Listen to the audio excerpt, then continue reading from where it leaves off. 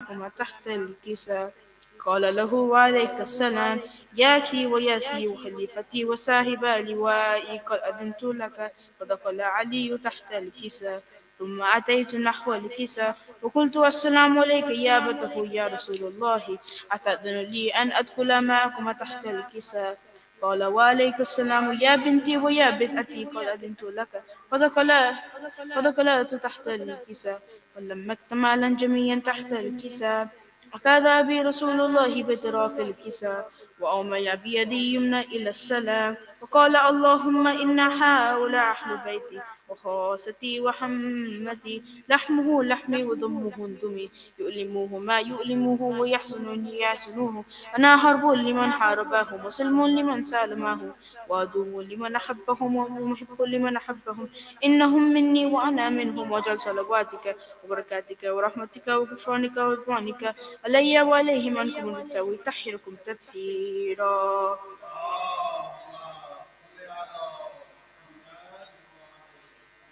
فقال الله عز وجل: يا ملائكتي ويا سكان سماواتي، إني مكانت سماء مبنية ولا أرضا مدحية، قمرا منيرا ولا شمسا مضيء، فلك يد ولا بحر يجري ولا فلك يسري إلا في محبتي حول خمسة الذين هم تحت الكساء. فقال عمين جبرائيل: يا ربي ومن تحت الكساء؟ فقال عز وجل: هم أهل بيت نبوة ومحدن رسالتهم، فاتمة وأبوها وبحلها وبنوها.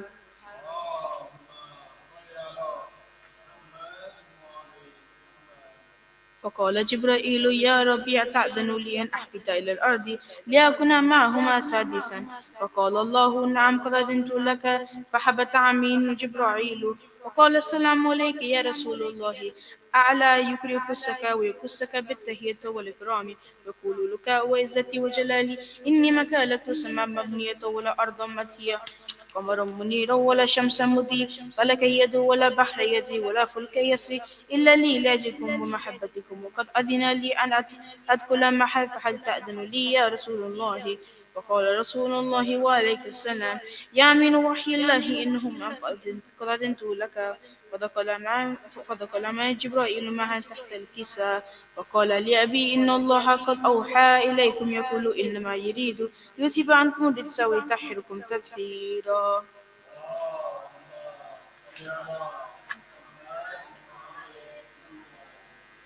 فقال علي لأبي: يا رسول الله، أخبرني ما لجلوسنا هذا تحت من فضل عند ذلك. فقال النبي: والذي بعثني بالحق النبي واصطفاني بالرسالة نجي ما ذكر قبلنا، هذا في محفل من محافل أهل الأرض، وفيه جم من شيعتنا ومحبين، إلا ونزلت عليهم الرحمات، فهل تأذن لي يا رسول الله؟ فقال علي: إذا والله فحفت بهم الملائكة واستغفر أن يتفرقوا. وقال علي لأبي: إذا والله فزنا وفاز شيئتنا ورب الكعبة.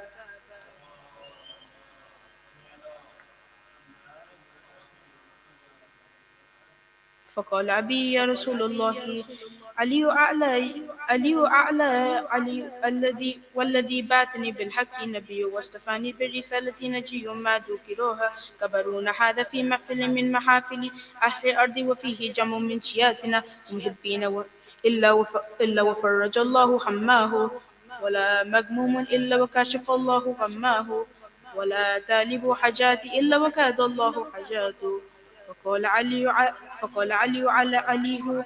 عليه السلام: إذا والله فزنا والسويد في الدنيا والآخرة ورب الكعبة.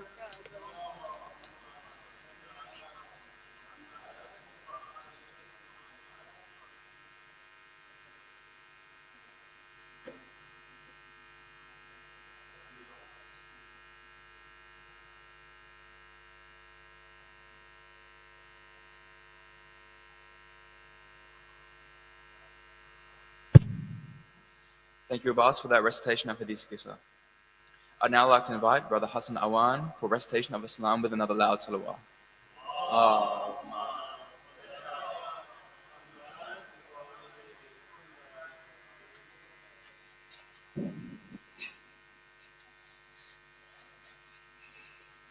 بوفا يا عباس با وفا یا عباس عباس عباس عباس عباس عباس عباس عباس عباس محفوظ قافلہ ہے عباس سے جو زندہ ہے ابھی دور کربلا ہے ابھی دور کربلا ہے ابھی دور کربلا ہے عباس سے جو زندہ ہے عباس سے جو زندہ ہے نام ہے روموں کا مجمع ہت ہت کے ہے گزرتا پہر میں با وفا کے تے ہو رہا ہے رستا تے ہو رہا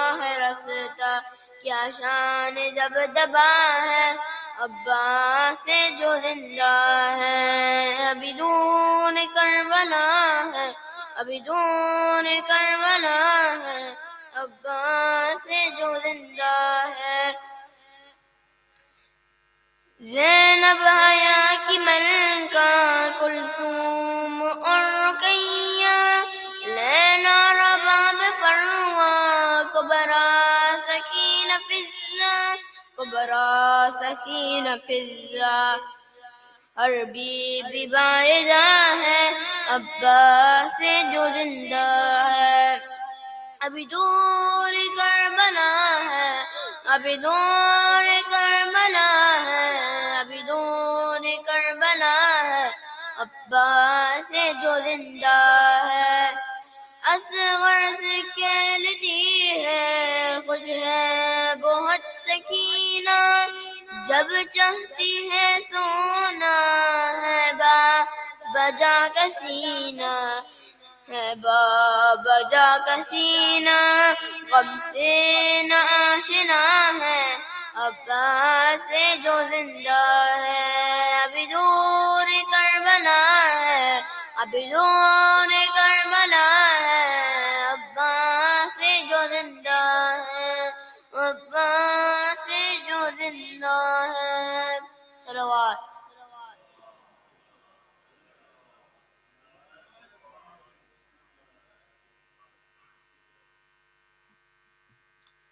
MashaAllah, thank you, Hassan, for that beautiful recitation. Before I call upon Maulana Sayyid Hassan al-Mudarrisi to the minbar for tonight, I'd like to provide a quick summary of yesterday's lecture for those of us who are here tonight. Yesterday, he gave the first of his series of lectures this Muharram titled The Ongoing War. From the beginning of history, there has been a war between good and evil, vice and virtue. Its iterations are many, from the conflict between Prophet Adam and Iblis, Imam Hassan alayhi salam and Muawiyah, to the conflict between Imam Hussein alayhi salam and Yazid. In this war, Imam Hussein, through his sacrifice, drew a clear line that divided vice and virtue.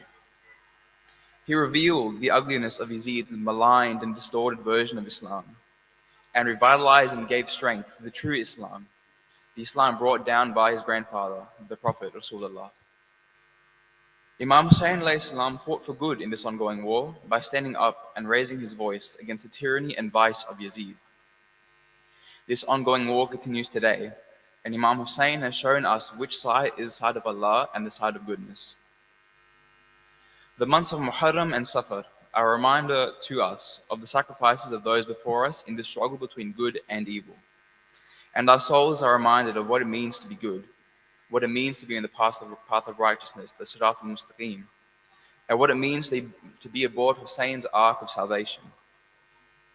We must use these months to remind ourselves of what is good and cleanse ourselves of evil, so that we may side with Imam Hussein alayhi salam, the Ahlul Bayt, on the side of good in this ongoing war. By attending these majalis, by especially using the time that Allah subhanahu wa ta'ala has given from the 1st of Muharram to the 20th of Safar, to remember the grief and the sacrifices that Imam Hussein alayhi salam and his family and his companions had made on the plains of KARBALA, in Kufa and in Sham. We are able to place ourselves on the side of good. Alhamdulillah that we have been given another opportunity to take part in the remembrance of Imam Hussein alayhi salam. And may we use this opportunity to board Hussein's ark of salvation, and bring us closer to Allah and the path of the Ahlul Bayt alayhi salam. I'd now like to humbly request for Maulana Sayyid Hassan al-Budandasi to the minbar so that he may continue his series of lectures and continue to enlighten us all with 3 loud salawat. Allahumma salli ala.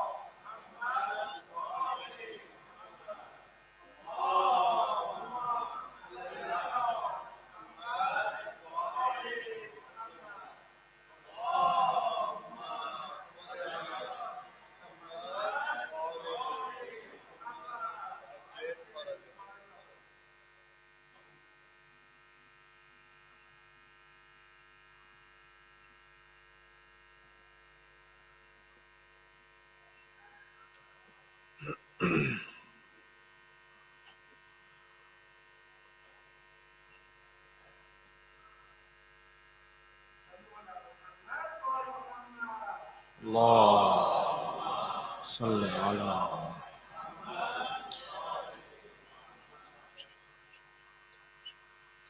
أعوذ بالله السميع العليم من الشيطان اللعين الرجيم. بسم الله الرحمن الرحيم. ولا حول ولا قوة إلا بالله العلي العظيم. اللهم صل على محمد سيد المرسلين وخاتم النبيين وحجة رب العالمين المنتجب في الميثاق، المصطفى في الضلال المطهر من كل آفة، البريء من كل عيب، المؤمل للنجاة، المرتجى للشفاعة، المفوض إليه دين الله. السلام عليك يا أبا عبد الله وعلى الأرواح التي حلت بفنائك وأناخت برحلك. عليك مني سلام الله أبدا ما بقيت وبقي الليل والنهار، ولا جعله الله آخر العهد مني لزيارتكم. السلام على الحسين وعلى علي بن الحسين وعلى أولاد الحسين وعلى أصحاب الحسين وعلى أخته العقيلة عقيلة الطالبين زينب الكبرى وأخيه أبا الفضل العباس ورحمة الله وبركاته. هذا ما أوصى به الحسين بن علي إلى أخيه محمد بن الحنفية، أن الحسين يشهد أن لا إله إلا الله وحده لا شريك له، وأن محمدًا عبده ورسوله جاء بالحق من عنده، وأن الجنة حق والنار حق والساعة آتية لا ريب فيها، وأن الله يبعث من في القبور، وإني لم أخرج أشرا ولا بطرا ولا مفسدا ولا ظالما، وإنما خرجت لطلب الإصلاح في أمة جدي صلى الله عليه وآله. أريد أن آمر بالمعروف وأنهى عن المنكر وأسير بسيرة جدي وأبي علي بن أبي طالب، فمن قبلني بقبول الحق فالله أولى بالحق، ومن رد علي هذا أصبر حتى يقضي الله بيني وبين القوم وهو خير الحاكمين. وهذه وصيتي إليك يا أخي، وما توفيقي إلا بالله، عليه توكلت وإليه أنيب. الله صل على محمد. This was the will of Imam Sayyid al-Shuhada Abu Abdullah al-Hussein alayhi afdal salati was-salam, that he wrote before his departure from Medina al-Munawwara, and he handed this will sealed to his brother Muhammad ibn al-Hanafiyyah, and he asked him to recite it after his departure from Medina al-Munawwara. In it, the Imam has indicated and outlined of his revolution and his uprising. For many reasons. One, that today, 1,384 years after the martyrdom of Imam al-Hussein alayhi afdalus salati was-salam, no one has any room to doubt his uprising or question it. In this letter, the Imam says that I am Hussein ibn Ali. I bear witness that I believe and bear witness there is no God except for Allah subhanahu wa ta'ala, and that Muhammad is my grandfather, the Prophet of God, and Jannah, paradise, is haqq, nar, inferno, is haqq,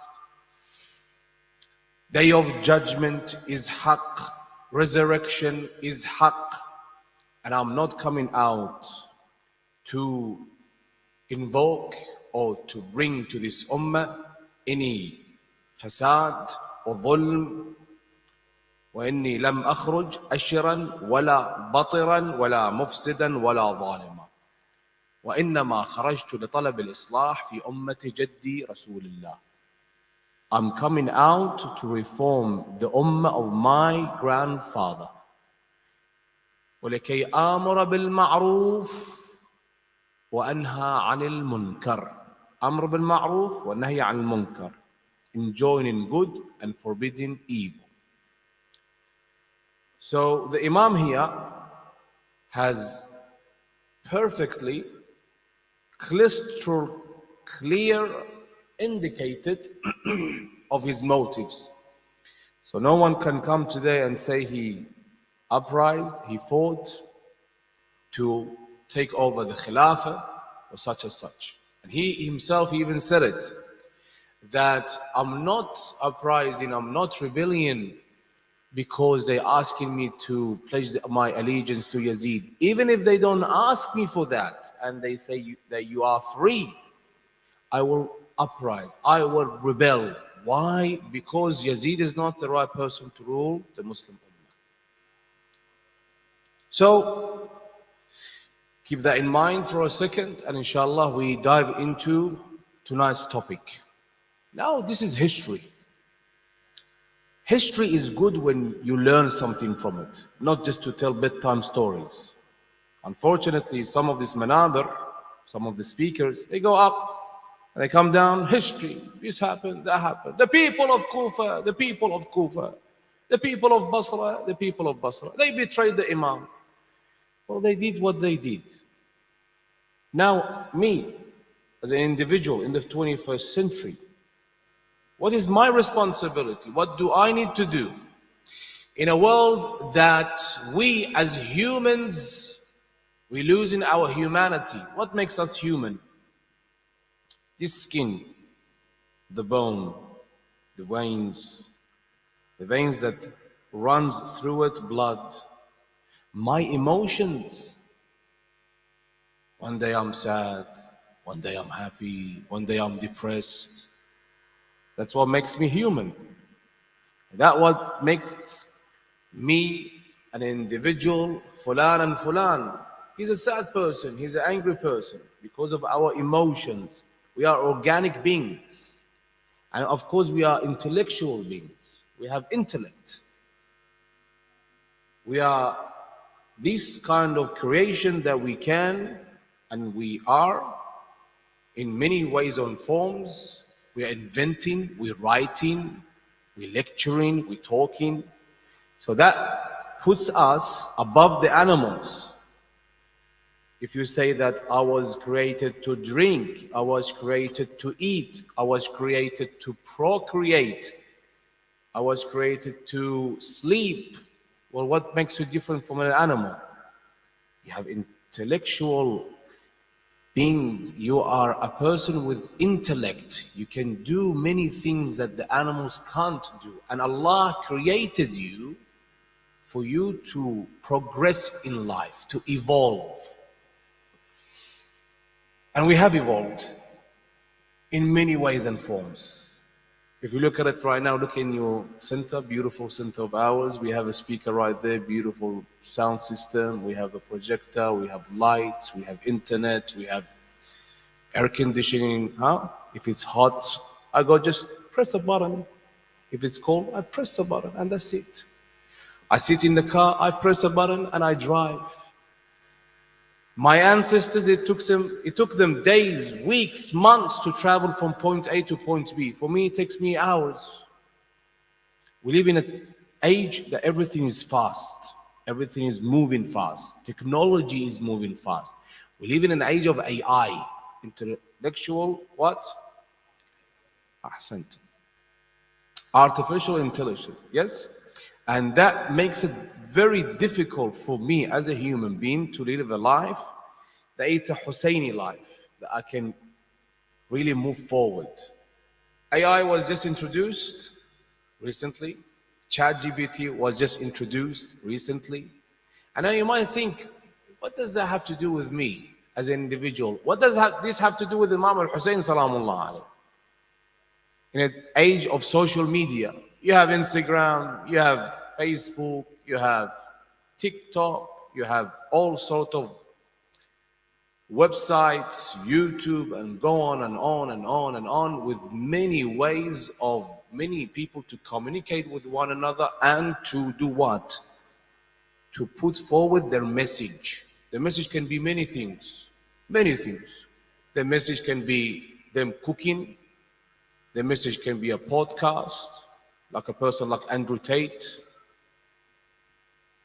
that he comes and gives you such and such, that this is the definition of a man, and of course it doesn't agree to what we believe in, and so on and so forth. If you look at it, the history that we have of an iPhone was introduced to the world January 2007 by Rahmatullah alayhi Steve Jobs. If you're a fan of Apple, I'm not.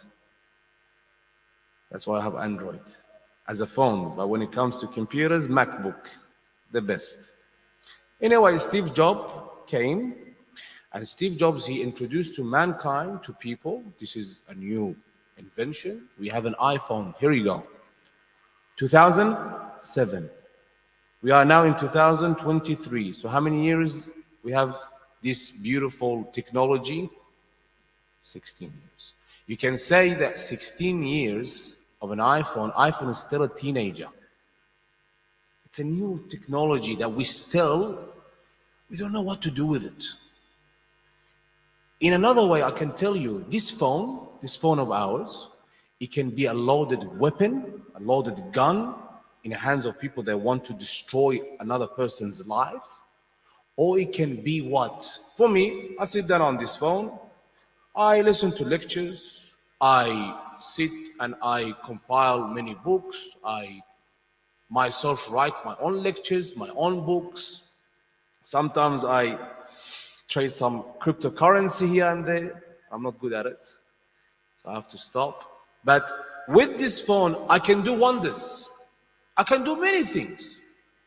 If someone gives you a phone with a high-speed internet and tells you, "So do whatever you want." Everyone is different. Some people sit down and they watch hours and hours of influences, so-called influences. Hours and hours. And unfortunately, they waste it. There is this positive side to it and there is this negative side to it. For example, I'll give you the positive side. As MWA, Muhammadiyah Welfare Association, does this center need YouTube? Yes. Live streaming. We need to live stream to the world for them to hear the name of Hussein. Why not? Let it be echoed around the world, throughout history. Do I need Instagram?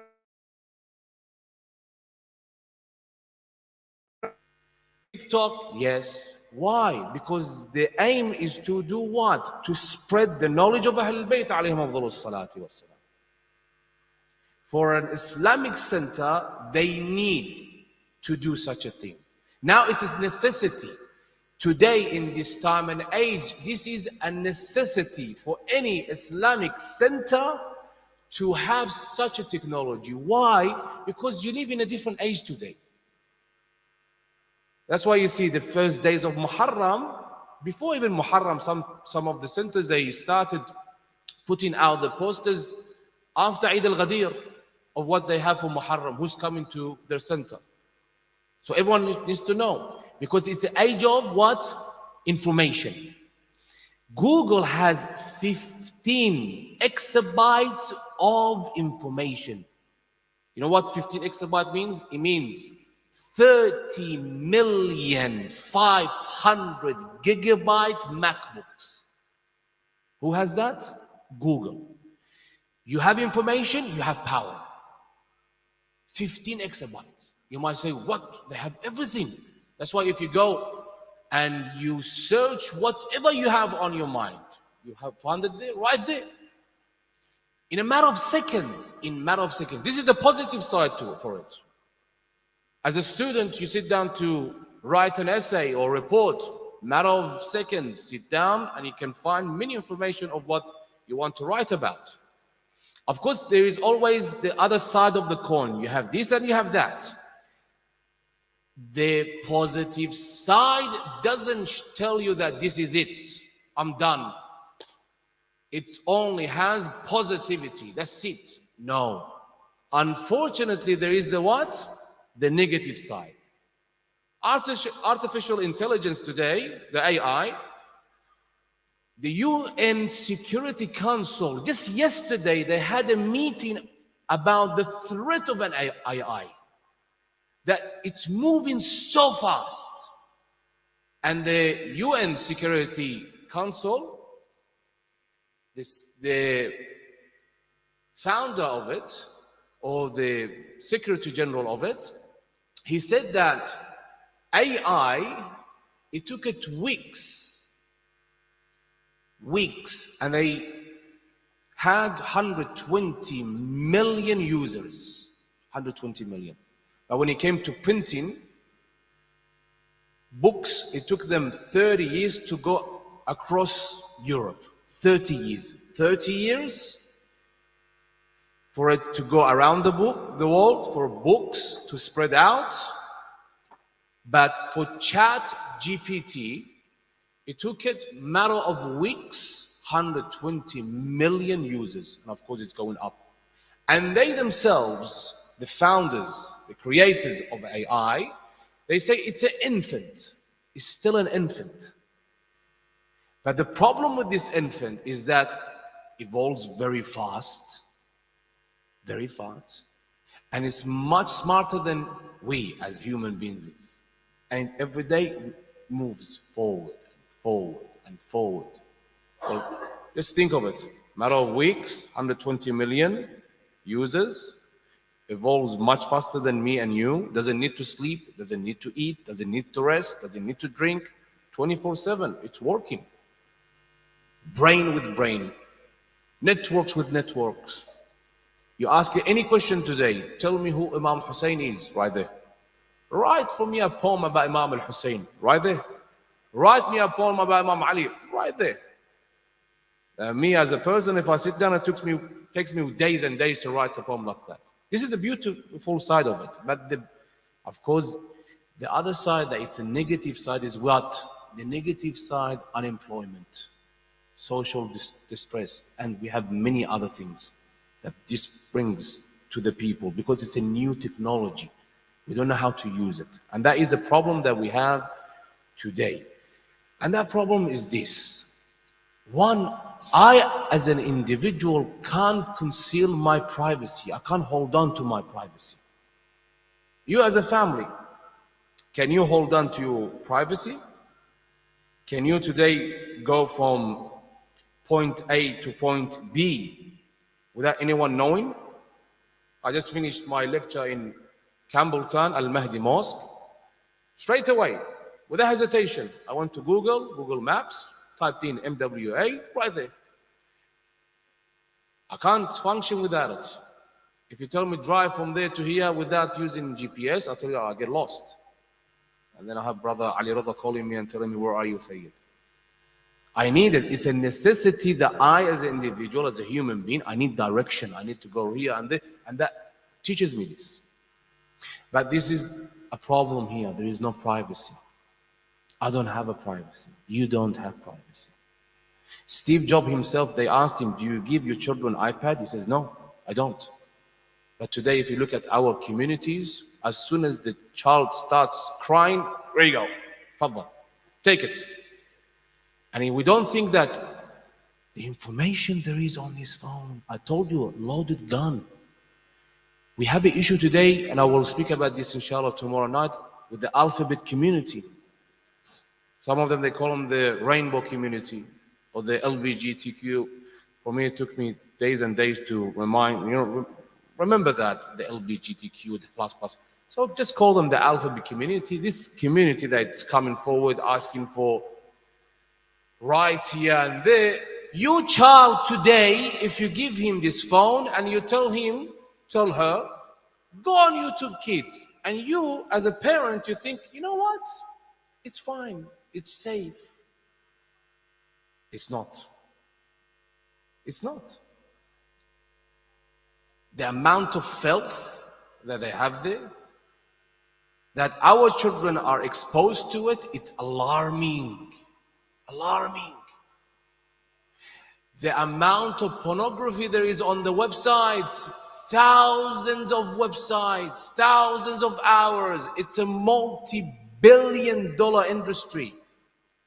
You think that I, as an individual, I can stop that from happening in my household? You gave the child a loaded gun. You told the child, do whatever you want without any supervision. And tomorrow you think, why is my child not doing right? Why is my child not coming to the Imam Barga, coming to the mosque, coming to there and there? Because you did that. You gave the child a phone. You told the child, go watch whatever you want. There is no supervision. There is no cutoff time. You can do whatever you want at any time. One of our students in the school, Imam Ali College, in term 2, she told me, she's a 7-year-old. She said, Sayyid, last night I was awake until 3 in the morning. I said, what were you doing? Salat al-Layl? Mafatih al-Janan? She said, no, I was watching TikTok. 7-year-old, sitting down, has a phone of her own, iPhone 14. And she goes to TikTok and she goes page to page to page to page to. And you wonder here, is she an orphan? Where is her parents? Until 3 in the morning. If I'm awake until 3 in the morning, my wife tells me, goes to sleep, Sayyid. It's enough. Yet this child until 7, she's 7, until 3 in the morning, she's sitting down, going page to page and watching this amount of filth. It's not the problem just with AI. There is a problem with the whole technology that we have today in our hands. That we as individuals, we as a community, we don't know how to use this technology. It's a 16-year-old technology. It's a teenager. For us, we haven't figured it out yet. And yet we give it to our children, yet we give it to the ones that can't tell what is right and what is wrong. Imam al-Sadiq alayhi afdalus salati was salam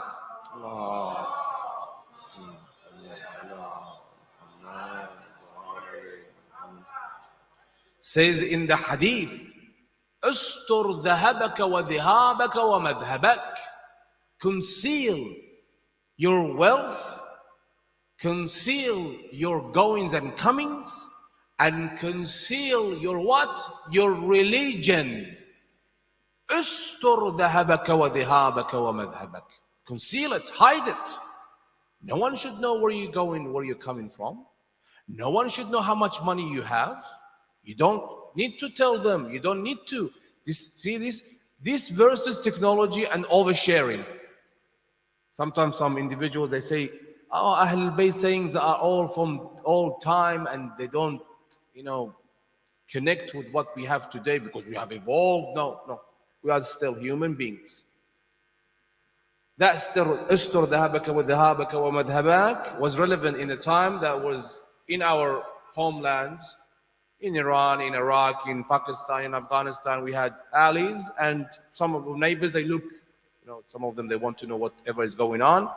That was relevant for you to conceal it. They don't need to know what you have. They don't need to know where you went and where you came from and what you believe in, your faith. And this is also now, and subhanAllah, now it's more relevant actually, because you have this phone. Tomorrow I'm going to Karbala. Why? You're telling people. Why? Why is it that you need? And you see, there is this necessity to tell people where you're going. Why is it that everyone needs to know you're going to Karbala? Why is it everyone needs to know that how many bitcoins you have, how much money you have? Why is it that we as individuals, and this is all humanity today, whenever we travel, we have to show the world, this is the room I'm staying in for a couple of days, this is where I'm going, this is what I'm eating, this is what... Oversharing. And we want to tell everyone what's happening. This is a negative side of it.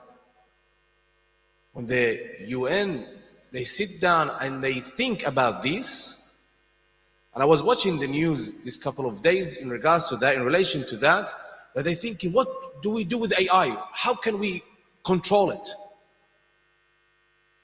And one of them said that we have a meeting coming in the end of the year. And I was thinking to myself, in the end of the year, by that time, that infant will become what? A toddler. Because he evolves very fast.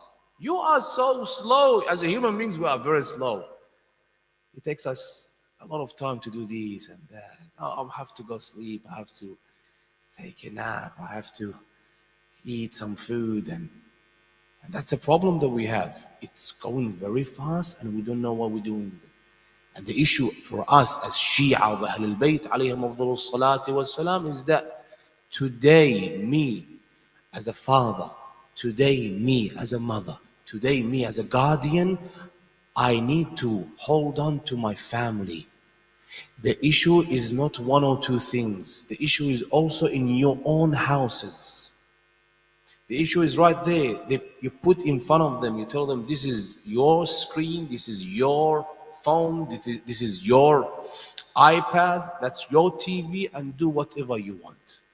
And we don't understand the harm this brings us, the issues this brings to us.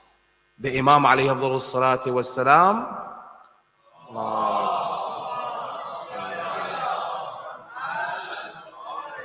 before I go back to this, for the ones who were here from the beginning, we recited the will, the wasiyya of Imam Sayyid al-Shuhada to his brother Muhammad ibn al-Hanafiyyah.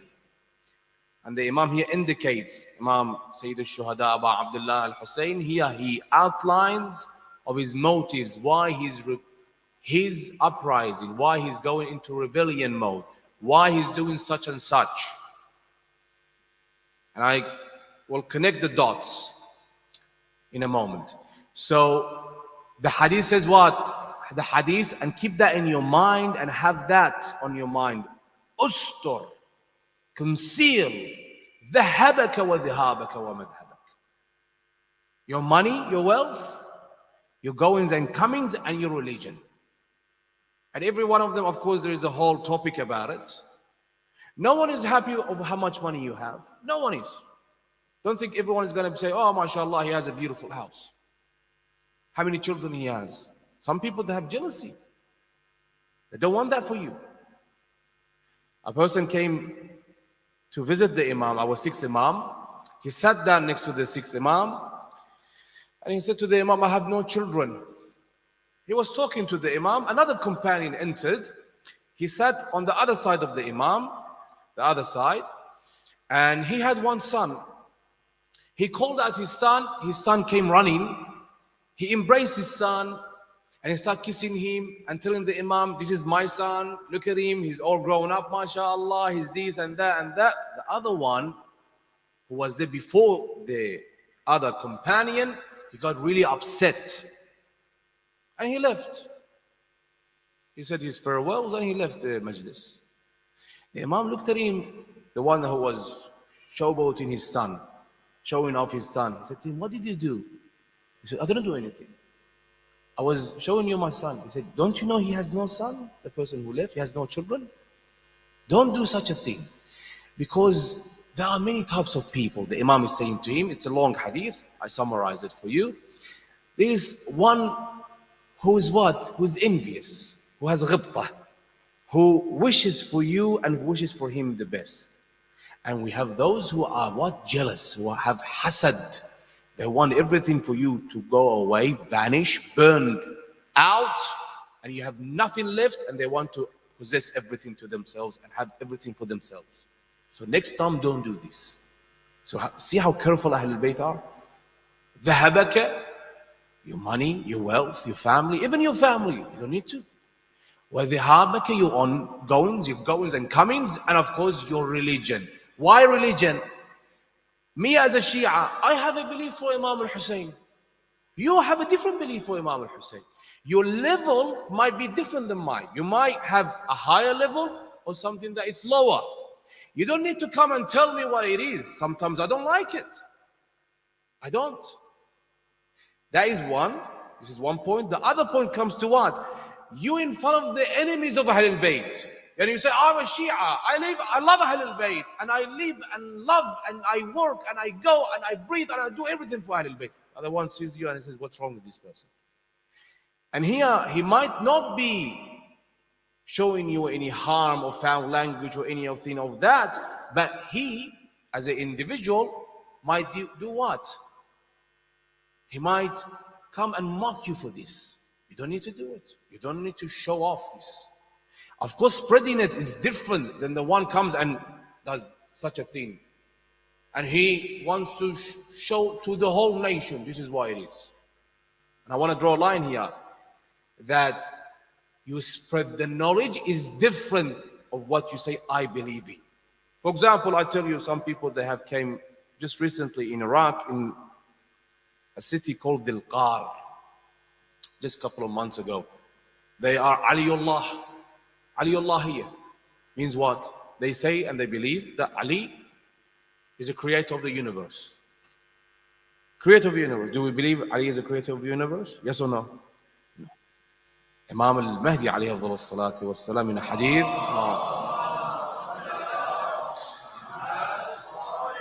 The Imam says, some of my Shia, they come and they label for us this kind of things. They say that we have created the universe. We are abid. We are servants of God.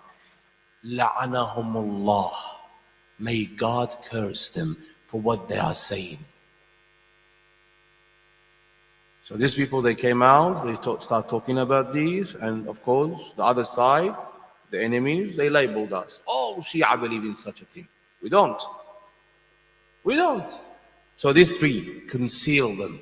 Now going back to the wasiyah of Imam al-Hussein to Muhammad ibn al-Hanafi. Muhammad ibn al-Hanafi as an individual is the brother of Imam al-Hussein. Imam al-Hussein has many brothers. One of them, of course, Imam Hassan al-Mujtaba, his older brother. Karim Ahl al-Bayt, salamullah alayhi. He has Umar al-Atraf, Abu al-Fadl Abbas, Tamar Bani Hashim, Muhammad ibn al-Hanafiyyah also. Muhammad ibn al-Hanafiyyah, he questioned the Imam's uprising. And why are you fighting? Why are you going out?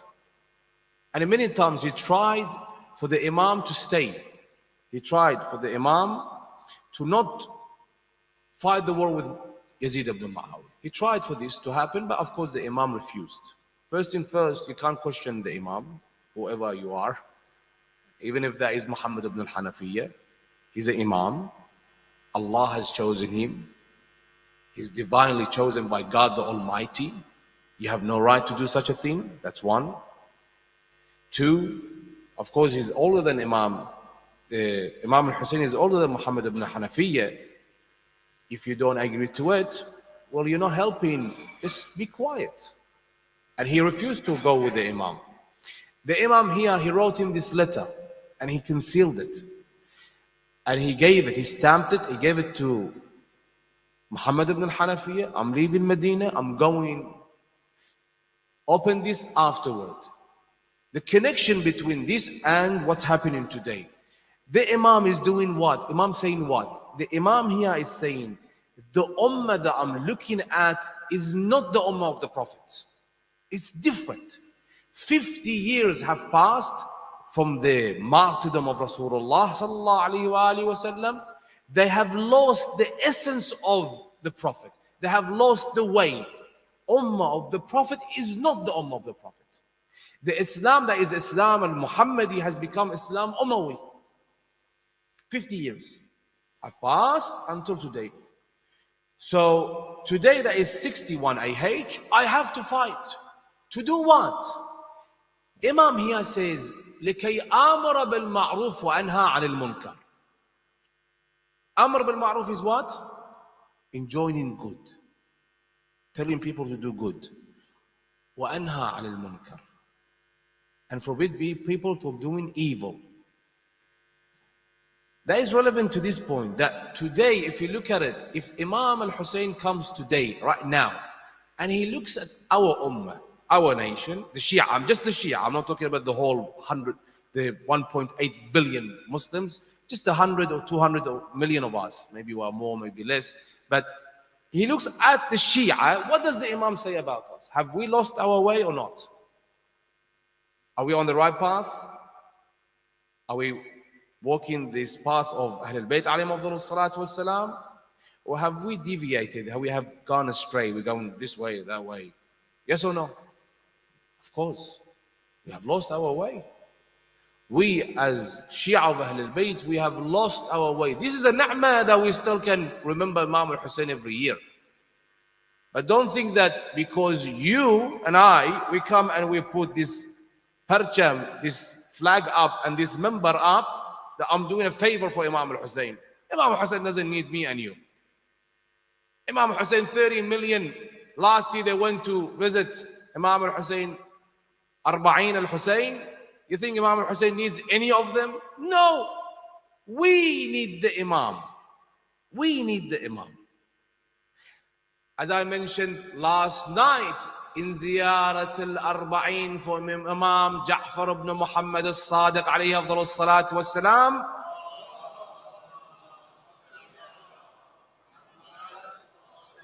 he says what? وَبَذَلَ مُهْجَتَهُ فِيكَ لِيَسْتَنْقِذَ عِبَادَكَ مِنَ الْجَهَالَ وَحَيْرَةِ الضَّلَالَةِ. Jahala, ignorance, and hayrat al-dhalala, moving this way and that way and going straight and losing the path. What do you think today? We're not losing the path?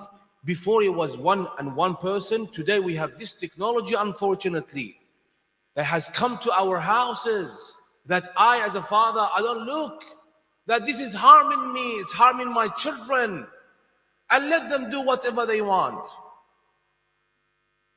And unfortunately, we have some cowards in our community when it came to stopping, and we still can, but there are some that they refuse to even speak out against the alphabet community. Or say, I don't want this. As a Muslim, I have my beliefs. I as a Muslim, I have my family to look after. And I don't care what happens.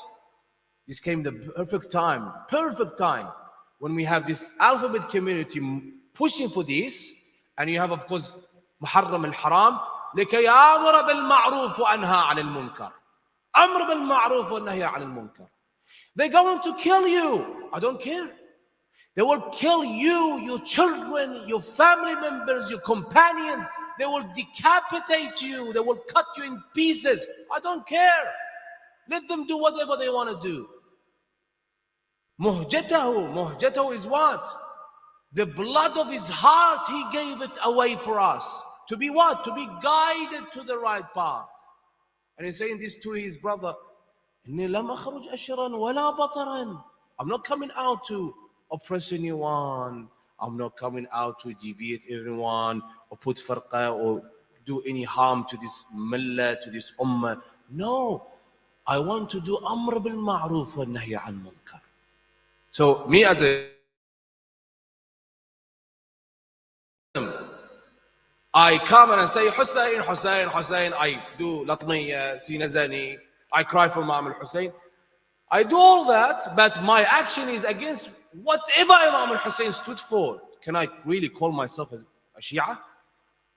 Truly, can I do that? I have the audacity to say I'm a Shia? The Imam tomorrow, he looks at you and looks at me. Looks at me. I don't want to say you because you might be upset from this. Looks at me, he says to me, Hassan, you said such and such, but were you really with me? It's really hard. It's truly, truly, truly, truly hard to say something and abide to it. To say I'm a Husseini, to say I'm a Shia, I'm a follower of Ahl al-Bayt, and truly be a Shia. And I don't say that. I'm not a Shia. To be frank, you might say, what is he? Is a Wahhabi or Salafi? No. I'm not a Shia. You know who a Shia is? A true Shia? Habib ibn Mudahir. Muslim ibn Aqil, Muslim ibn Awsajah, Maytham al-Tammar, they killed him in the Hijjah. For what reason? What was his crime? You're spreading out the virtues of your Imam Ali ibn Abi Talib. And he tells him, Ubaydullah ibn Ziyad ibn Zaniyah, he says to him, I will crucify you. What does he say in response? This is what my Imam told me, that you will crucify me, that you will cut my hands and my legs, and you will cut my tongue. What does he say to Maytham al-Tammar? I'll show you that your Mawla, that your Imam is a liar. I will cut your hands, I will cut your legs, but I'm not going to cut your tongue. They crucified him on this palm tree. The Imam showed him way before. The Imam said to him, that palm tree is where you're going to be crucified. That palm tree. He used to pray salat at any chance he got, that I'm going to be crucified on you. After they did that, just imagine your hands and your legs are cut, and you say to the people of Kufa, come, I want to read for you some of the virtues of Ali. Really? Yes. علي مع الحق والحق مع علي علي مع القرآن والقرآن مع علي. رسول الله said أنا مدينة العلم وعلي بابها فمن أراد المدينة والحكمة فليأتها من بابها. أقضاكم علي أعلمكم علي. He keeps going. He's in pain. Now I'm sitting here. I might not be so comfortable because of the member, but I'm sitting, mashallah, alhamdulillah, it's hot, everything is good. I have a microphone, I have water right next to me. I'm not in pain. He's in pain, he's bleeding. And he says to them, come, I want to tell you about who Ali is. This is a Shia of Ali ibn Abi Talib. Not a person who has problem waking up for Salat al-Subh. A person has issue coming to the majalis of Imam al-Hussein to shed some tears for Imam al-Hussein, and he calls himself, I'm a Shia. Because I have a big sword of the Fiqar, I have tattooed all my back, Ali, Hassan, Hussein, Sajjad, Baqir, the 14 infallibles. This is what a Shia is. A Shia is Maytham al-Tammar, Habib ibn Mudahir. After this, they came to Ubaydullah. Look at him, he's spreading the virtues of Ali. Go cut his tongue. They came to cut his tongue. What did he say? What was his reaction? He said, this is what the Imam said. Subhanallah. I told you, this is what the Imam said. They came and they cut his tongue. This is a Shia of Ali ibn Abi Talib. We can't lose our humanity. This is the whole message of tonight's lecture, that we are humans, and the best person to show me humanity, the best form of humanity, the pure form of humanity is Imam al-Hussein. In the age of whatever it is, technology, AI, whatever comes forward tomorrow and the day after that, I'm a follower of a person who is the embodiment of justice. I'm a follower of a person who is the embodiment of all virtues. Who is, when he's going to Karbala, tonight is the day. Today, the 2nd of Muharram, is when he entered Karbala. For moments he closes his eyes and then he opens them. And he says, Inna lillah wa inna ilayhi raji'un. He looks at him, his son, Ali al-Akbar, salamullahi alayhi. He says, oh father, why is it that you're saying, Inna lillah wa inna ilayhi raji'un? What's happening?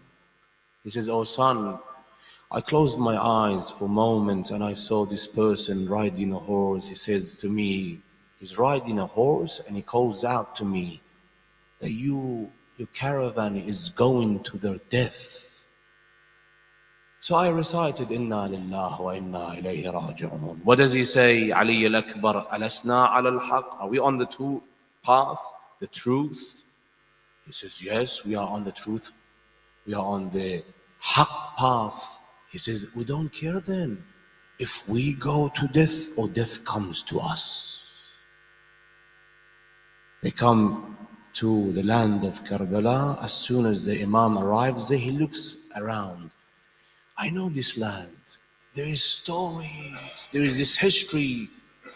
Every prophet, when they arrived to this land and they were crossing this land, they fell and they started bleeding, or some harm came to them and they asked God, why is it that when we come to this land, the land of Karbala, this happens to us? Jibreel comes down and he says to them, this is where the grandson of the prophet will be massacred. This is where he's going to be decapitated. The Imam comes there and he says to the people, what is the name of this land? They give him a couple of names and they come to this name. They say to the Imam, this land is known as Karbun wa Bala. The Imam says, Nastajiru billah min Karbun wa Bala. What is the name of this land? They say Karbala. He calls out Bani Asad and he tells them, I want to buy this area. The area you go today where his shrine is, where the Bain al-Haramain is, where the shrine of his brother, the Alamdar is. I want to buy it, purchase it from you. Why? Because I don't want to be killed on a land that I don't own. You know who's the first person that describes what happened on this land? Is Ali ibn al-Hussein Zayn al-Abidin. When they go back, they go all the way to Kufa, to Sham. And when they're coming back, their path comes to two roads. One takes them to Medina and the other one takes them to Karbala. He comes to Bibi, As-Sayyida Aqila Zaynab al-Kubra, and he says to her, Amma, where do we go? You want to go to Medina or do you want to go to Karbala? As soon as she hears Karbala, she says, of course, take me to Karbala. At that time, who was there? Jabir ibn Abdullah al-Ansari and his servant. Jabir, when he arrives in Karbala, as soon as he arrives in Karbala, he says to his servant, take me to the Euphrates.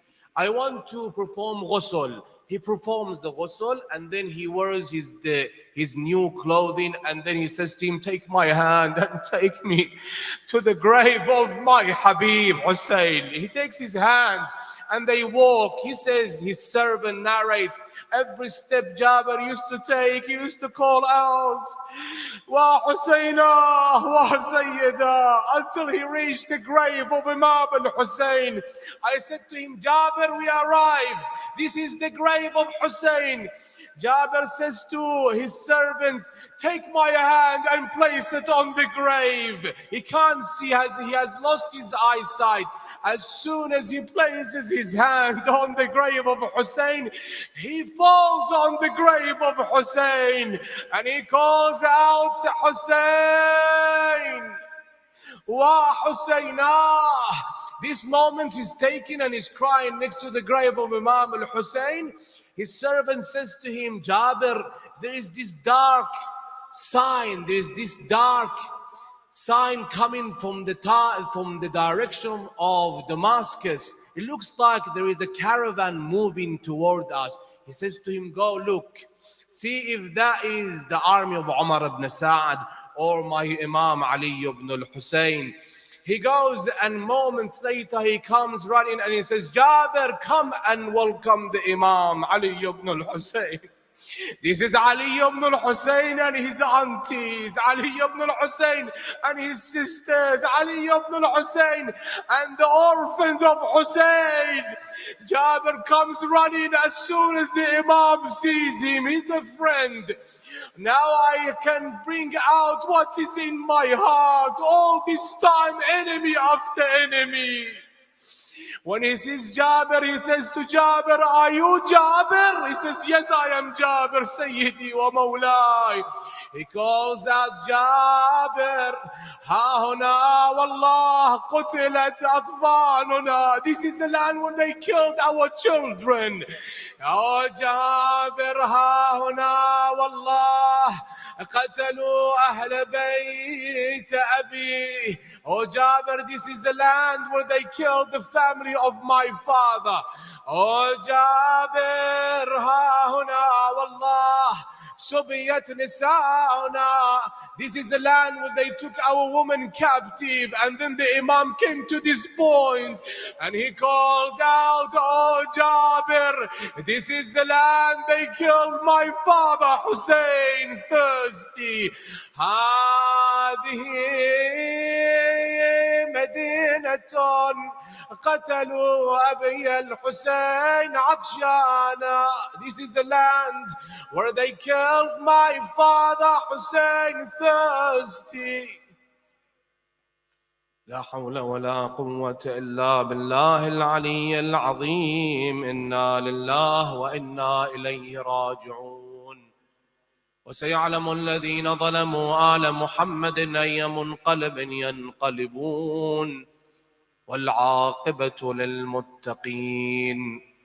السلام عليك يا أبا عبد الله وعلى الأرواح التي حلت بفنائك وأناخت برحلك. عليك مني سلام الله أبدا ما بقيت وبقي الليل والنهار، ولا جعله الله آخر العهد مني لزيارتكم. Raise your hands.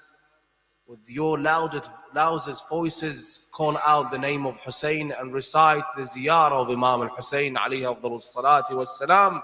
May Futros, the angel, takes his ziyarah, this salam, to the Imam himself from here.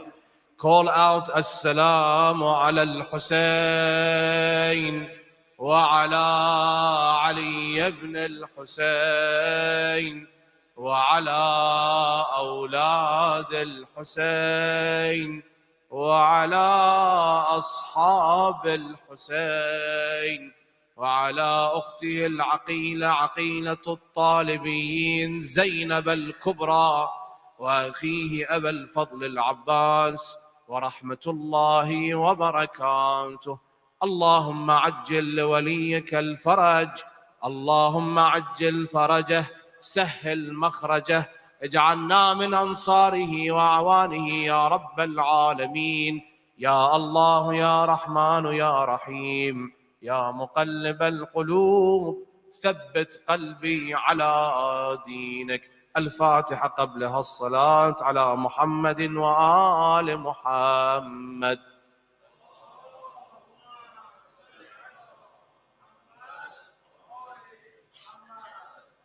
Just a humble request from the brothers, tomorrow inshallah be here by 7:30.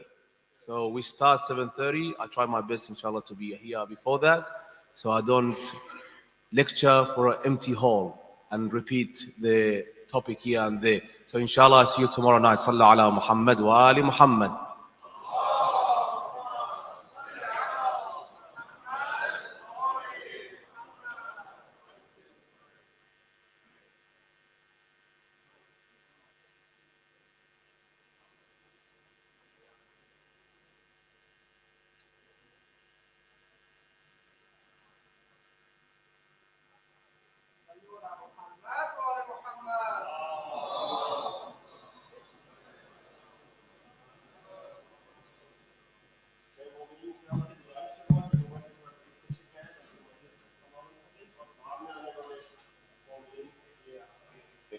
برائے مہربانی آگے آگے تشریف لائیے گا تھوڑا سا. جو مومنین کھڑے ہیں اسپیشلی دروازے کے آگے جگہ چھوڑ دیا کریں تھوڑی سی، تاکہ بعد میں آنے والے مومنین کو مشکل کا سامنا نہ ہو. میں بغیر کسی پر محمد و اہل بیت محمد بلندر صلوات علی محمد و آل محمد، میں دست بدستہ گزارش کروں گا تمام مومنین سے کہ برائے مہربانی آگے آگے تشریف لے آئیں فرش اعضا پہ. میں بغیر کسی تمہید کے گزارش کروں گا سید ابو الحسن جعفری صاحب سے کہ تشریف لائیں اور مولا کے حضور اپنا سلام پیش کریں. مل کے بآواز بلند نعرہ صلوات. اللہم صلی علی محمد و آل محمد وعجل فرج.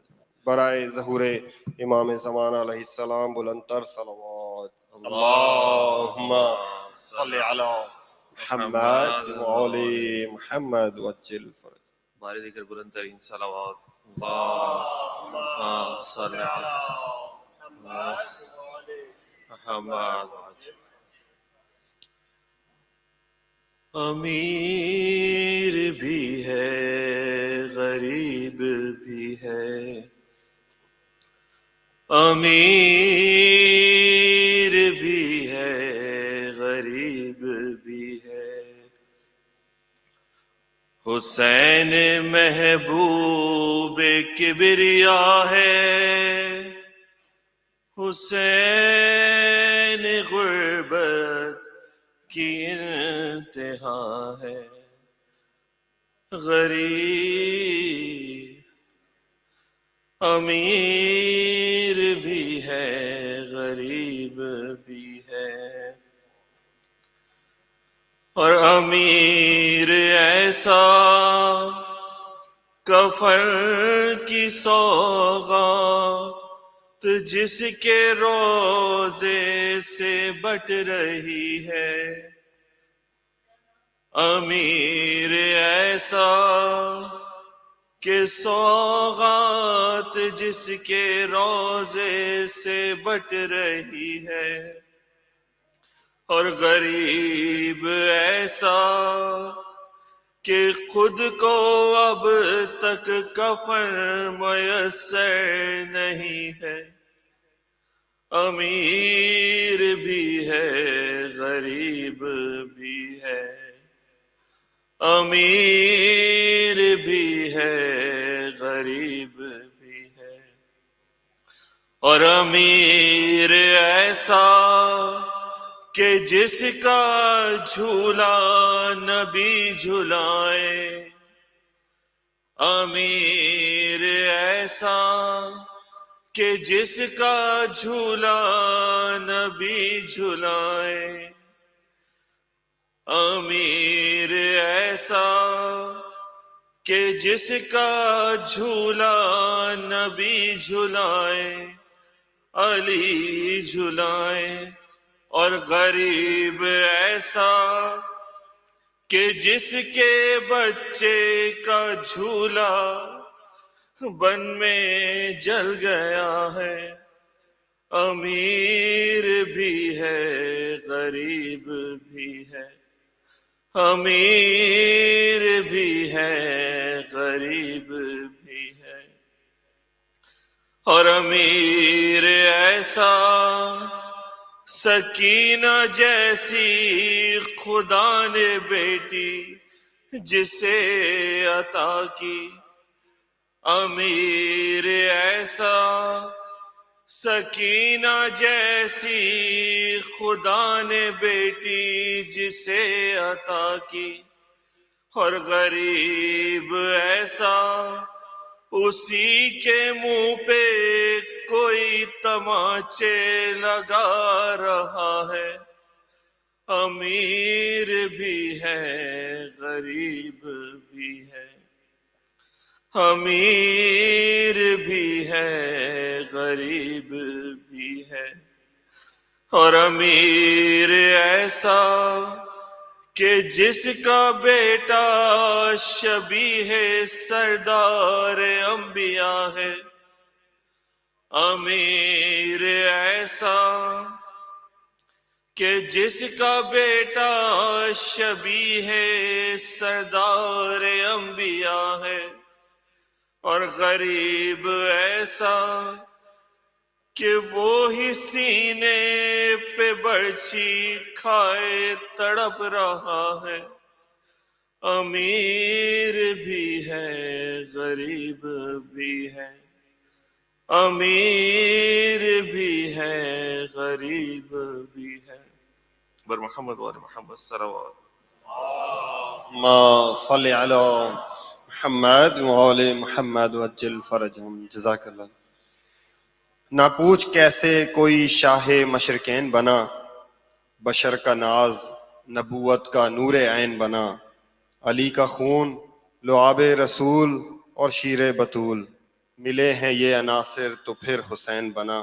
میں اب گزارش کروں گا جناب ابو الحسن لاکھانی صاحب سے، اون صاحب سے، اور ہم نوازے کی تشریف لائیں اور سوز خوانی اور مرثیہ مولا کے حضور پیش کریں. مل کے بآواز بلند نعرہ صلوات.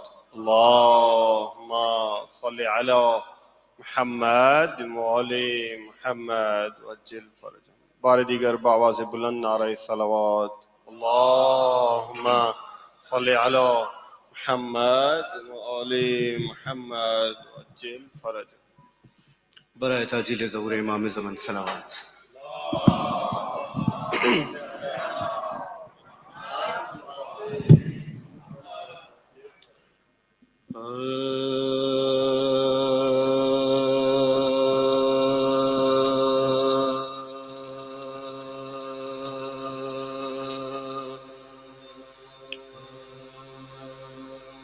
ہر دور کے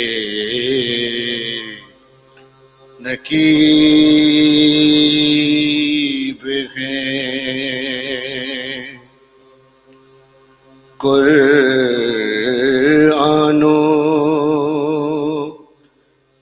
اہل بیت.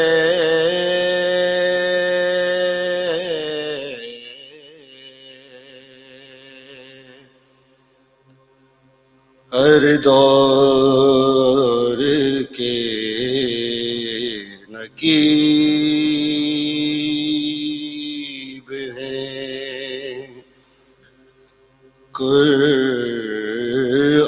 و اہل بیت.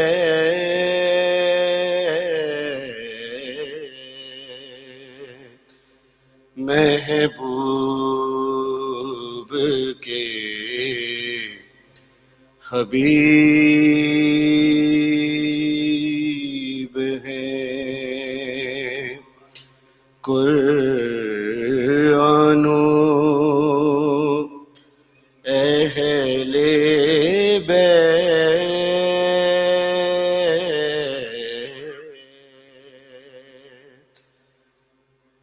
اللہ کے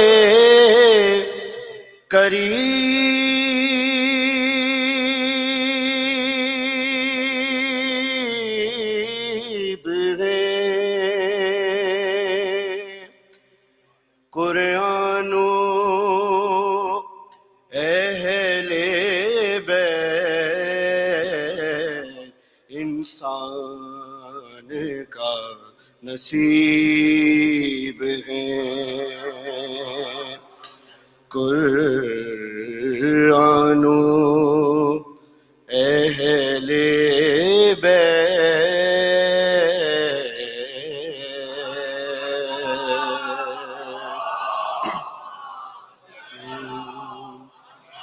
حق اہل بیت کا ہے خدا کی کتاب پر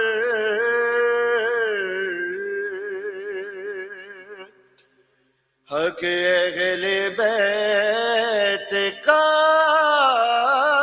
ہے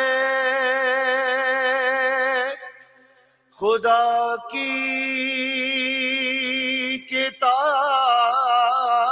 پر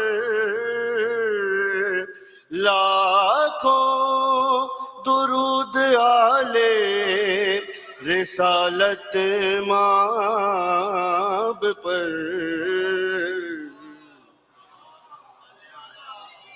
حق اہل بیت کا ہے، خدا کی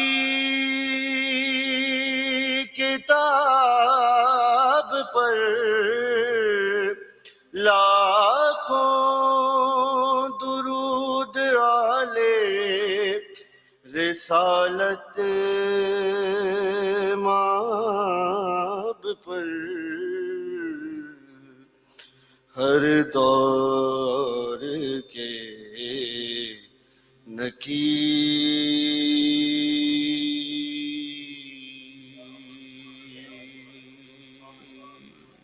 نعرہ صلوات۔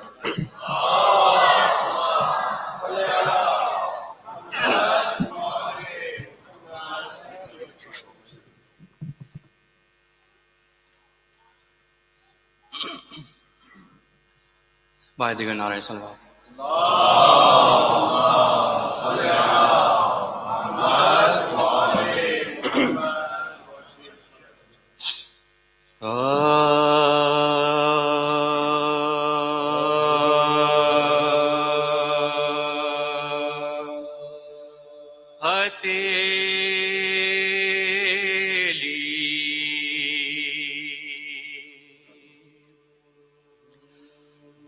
ہتھیلی پر رکھے سر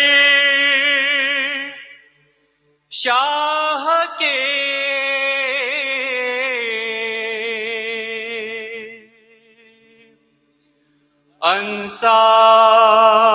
انصار بیٹھے ہیں،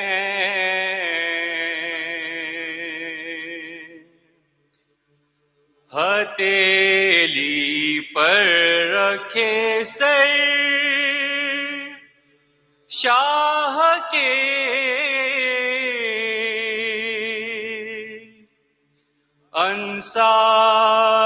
انصار بیٹھے ہیں،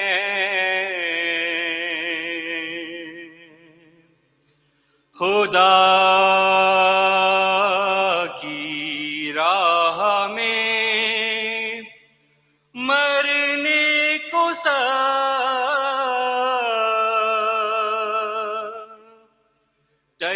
تیار بیٹھے ہیں،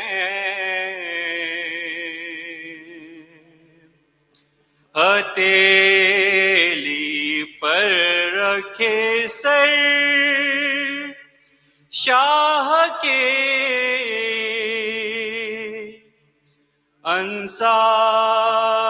انصار بیٹھے ہیں،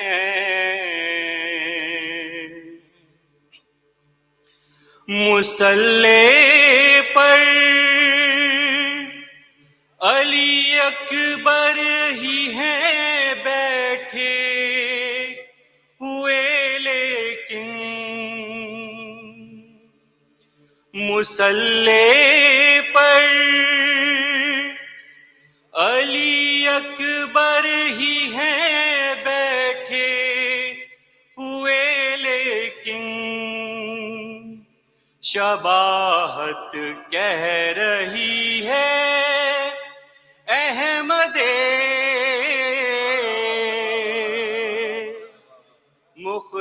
مختار بیٹھے ہیں،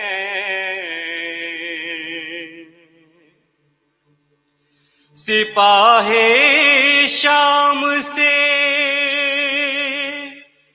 حر نے کہا کثرت پہ مت پھولو، سپاہ شام سے حر نے کہا کثرت پہ مت پھولو، میری جانب 72 حیدر کرار بیٹھے ہیں،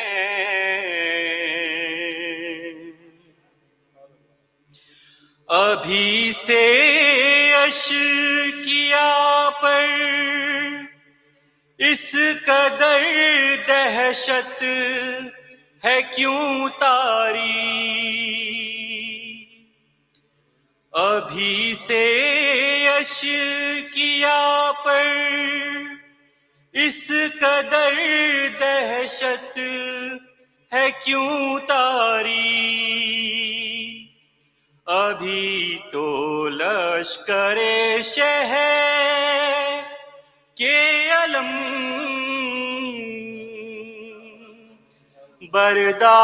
بردار بیٹھے ہیں، یہاں سے جائیں گے سیدھے یہ زہرا کے خزانے میں، یہاں سے جائیں گے سیدھے یہ زہرا کے خزانے میں، میری پلکوں پہ جتنے گوہرے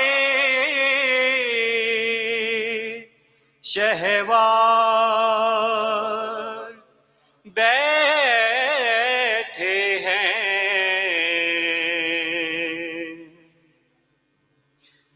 کوئی پیکارے اصغر دیکھ کے یہ کہہ نہیں سکتا، کوئی پیکارے اصغر دیکھ کے یہ کہہ نہیں سکتا کہ یہ اس امتحان میں آج پہلی بار بیٹھے ہیں، ہتھیلی پر رکھے سر شاہ کے انصار بیٹھے ہیں، کیا ہے شام کے حاکم کا پیچھا شام تک لوگوں، کہیں پر ایک پل کیا عابدے بیمار بیٹھے ہیں، خدا کی راہ میں مرنے کو سب تیار بیٹھے ہیں، ہتھیلی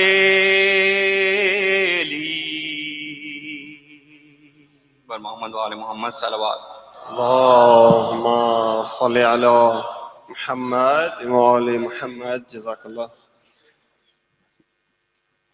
یہ ایک اعلان سماعت فرما لیں زین شریف صاحب کی طرف سے کہ کل ظہر کے ساتھ مجلس ہے، سالانہ مجلس جو ہوتی ہے، بہت سارے مومنین کو یہ پتہ ہوگا، 53 میپلٹن ایونیو نارتھ کیلیول، ظہر کے ساتھ شروع ہوگی اور 3 بجے تک کمپلیٹ ہو جائے گی. جس بھی مومن کو اگر ایڈریس پر بھی چاہیے تو بات مجھ سے لے لیں. میں دست بدستہ گزارش کروں گا قبلہ مولانا حافظ امیر حیدر صاحب سے کہ ممبر پہ تشریف لائیں اور آج کی مجلس سے خطاب فرمائیں.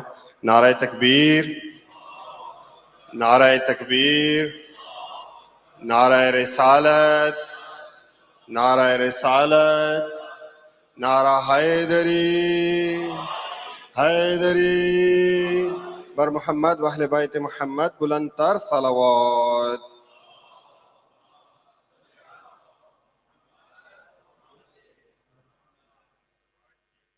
رحم اللہ من قرأ الفاتحہ.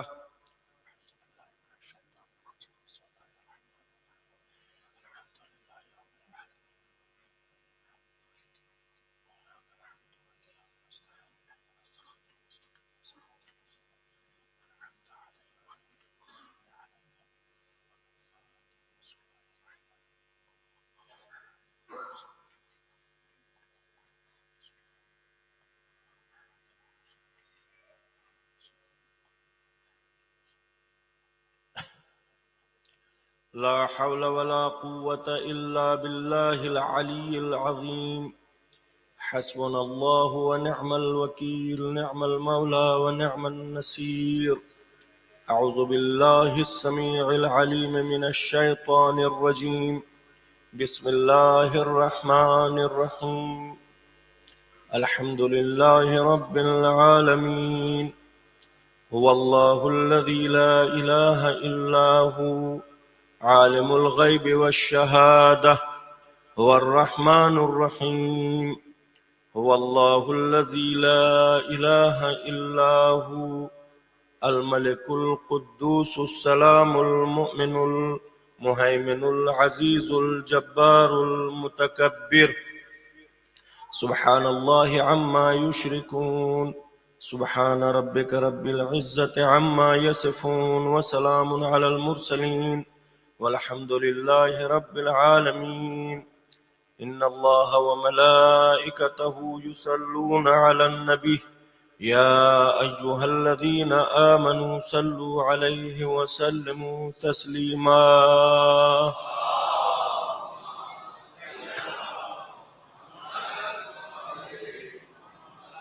وصلى الله على حبيبه ونجيبه وخيرته في خلقه، حافظ سره ومبلغ رسالاته، سيدنا ونبينا وشفيع ذنوبنا وطبيب نفوسنا وحبيب قلوبنا، أولانا ومولانا بالقاسم محمد.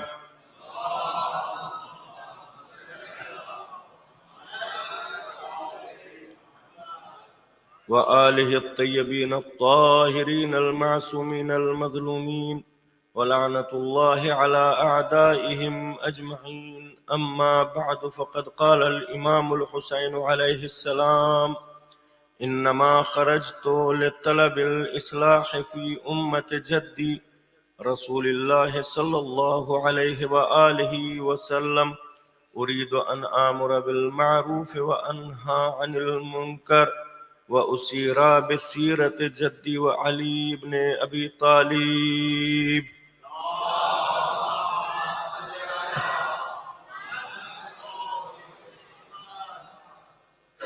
معزز سامعین کرام، برادران ملت، بزرگان ایمانی، جس وقت دین تباہ و برباد ہو رہا تھا تو دین کو تباہ اور برباد ہوتے ہوئے سارے مسلمان دیکھ رہے تھے، لیکن اس کے باوجود بھی کسی نے آواز بلند نہیں کی۔ اگر آواز بلند کی ہے تو صرف فرزند رسول نے آواز بلند کی ہے، تو کیا ضرورت تھی فرزند رسول کو کہ وہ آواز بلند کرتے؟ کس وجہ سے فرزند رسول کو یہ ضرورت پیش آئی؟ جس طریقے سے سارے مسلمان خاموش تھے، اسی طریقے سے امام حسین علیہ السلام بھی خاموشی اختیار کر لیتے، لیکن سب نے خاموشی اختیار کی، امام حسین علیہ السلام نے خاموشی اختیار نہیں کی۔ کیوں؟ کیا وجہ ہے؟ کس وجہ سے؟ اس وجہ سے کہ خدا بند عالم نے امام حسین علیہ السلام کو تمام انبیاء کے دین کا سب کے اوپر آواز بلند کرنا ضروری نہیں تھا، امام حسین علیہ السلام کے اوپر آواز بلند کرنا ضروری تھا۔ اسی وجہ سے امام حسین علیہ السلام نے ہجرت کا رخ اختیار کیا، چونکہ جب دین پر وقت پڑتا ہے تو تین چیزیں انجام دی جاتی ہیں، یا تو جہاد کیا جاتا ہے، یا تقیہ کیا جاتا ہے، اور یا ہجرت کی جاتی ہے۔ اگر قدرت ہو، اگر طاقت ہو، اگر اسباب فراہم ہو، اگر امکانات ہو تو سب سے افضل جہاد ہے، لیکن اگر قدرت و طاقت نہ ہو، اگر ساتھی نہ ہو، اگر فوج نہ ہو تو پھر انسان کو تقیہ کر لینا چاہیے۔ لیکن تقیہ کی بھی یہ شرط ہے کہ تقیہ اس وقت ہوتا ہے کہ جب دین تباہ و برباد نہ ہو رہا ہو. لیکن اگر دین تباہ و برباد ہو رہا ہو تو پھر تقیہ بھی نہیں کر سکتے ہیں. اگر دین تباہ و برباد ہو رہا ہو تو پھر وہاں سے ہجرت کر لینی چاہیے. امام حسین علیہ السلام کے پاس یہی رخ تھا. جہاد نہیں کر سکتے تھے. کیوں؟ اس لیے کہ سپاہ موجود نہیں تھی، فوج موجود نہیں تھی. تقیہ بھی نہیں کر سکتے تھے. تقیہ کیوں نہیں کر سکتے تھے؟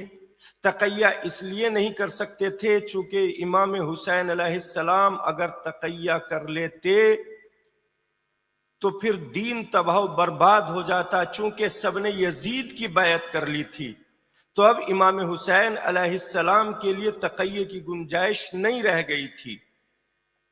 لہذا اب کون سی صورت پیش آئی؟ ہجرت کی.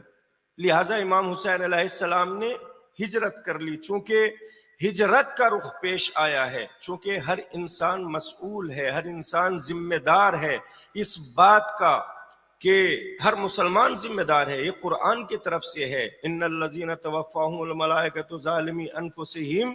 اگر کہیں مسلمان کے اوپر ظلم ہو رہا ہو اور وہ وہاں سے ہجرت نہ کر رہا ہو اور اس کی موت آ جائے جبکہ وہ ہجرت کر سکتا ہو، اس کے امکان میں ہجرت کرنا ہو، اس کی تدبیر میں، اس کی طاقت میں، اس کی قوت میں ہجرت کرنا ممکن ہو اور وہ ہجرت نہ کر رہا ہو اور وہاں موت آ جائے تو پھر قرآن کہتا ہے ان الذین توفاہم الملائکۃ. جب ملائکہ اس انسان کی روح کو قبض کرتے ہیں کہ جو ظلم پہ ظلم سہ رہا ہے اور ہجرت نہیں کر رہا ہے تو پھر اس سے فرشتے سوال کرتے ہیں کہ تم نے اس حالت میں ہجرت کیوں نہیں کی تھی؟ تو وہ جواب دے گا کہ ہمیں کمزور بنا دیا گیا تھا. قالوا كنا مستضعفین فی الارض. ہمیں زمین میں کمزور بنا دیا گیا تھا، اس وجہ سے ہم نے ہجرت نہیں کی. تو اب قرآن کہتا ہے فتہاجروا فیہا، تمہیں ہجرت کرنی چاہیے تھی. کہاں؟ کہا ارض اللہ واسعہ، زمین اللہ کی بہت بزرگ ہے، کہیں بھی ہجرت کر لینی چاہیے تھی. اسی وجہ سے ہمارے انبیاء نے ہجرتیں کی ہیں. مثال کے طور پر جناب موسیٰ نے ہجرت کی. جس وقت جناب شعیب کی مدت ختم ہو گئی، جناب شعیب کی خدمت کرتے کرتے مدت تمام ہو گئی تو جناب موسیٰ نے اپنے اہل و عیال کے ساتھ وہاں سے ہجرت کا آغاز کیا.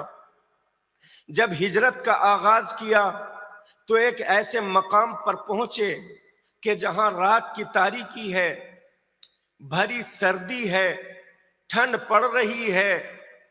رات کی تاریکی میں جناب موسیٰ نے چاہا کہ یہاں آگ روشن کر دی جائے، یہاں مشعل جلا دی جائے. لہٰذا جناب موسیٰ نے بہت کوشش کی مشعل جلانے کی، لیکن مشعل نہ جل سکی. کیوں؟ کس وجہ سے؟ مصلحت پروردگار تھی. جس چیز سے ہر روز مشعل جلاتے تھے اسی چیز سے مشعل نہیں جل رہی ہے. ایک مرتبہ طوفان بلا آیا، طوفان بلا نے گھیر لیا. ادھر طوفان بلا نے گھیرا، بچے ساتھ ہیں، اہل و عیال ساتھ ہے، زوجہ حاملہ ہے، درد زائمان ہو گیا ہے، پریشان کیا کریں. رات کی تاریکی ہے، ٹھنڈ پڑ رہی ہے، ایسی رات کی تاریکی میں کیا کیا جائے. بس ایک مرتبہ وادی طور سے شعلے بھڑکتے ہوئے نظر آئے. جناب موسیٰ نے سوچا کہ ادھر سے ہی آگ کا انتظام کر لیا جائے. اب جناب موسیٰ ادھر چلتے ہیں. جس وقت وہاں چلتے ہیں، نور کے پاس پہنچتے ہیں تو نور سے آواز آتی ہے انی انا ربک فاخلع علیک انک بالوادی المقدس طویٰ. اے موسیٰ، یہ کسی دوسری چیز کا نور نہیں ہے، یہ نور خدا ہے. اور اے موسیٰ دیکھو اپنے جوتے باہر نکال کر آؤ. کیوں؟ کس وجہ سے؟ اس لیے کہ یہ وادی مقدس طویٰ ہے. یہ ایسی وادی نہیں ہے کہ جہاں جوتے پہن کے آیا جاتا ہے. جاؤ باہر جاؤ، جوتے اتارو اور جوتے اتار کے یہاں ننگے پاؤں آؤ، برہنہ پاؤں آؤ. عزیزان محترم، جناب موسیٰ باہر گئے اور یہاں وادی مقدس طویٰ میں آئے، برہنہ پا آئے. یہاں سے موسیٰ کو نبوت ملی، یہاں سے موسیٰ کو رسالت ملی. عزیزان محترم، امام حسین علیہ السلام نے کربلا میں ہجرت کی.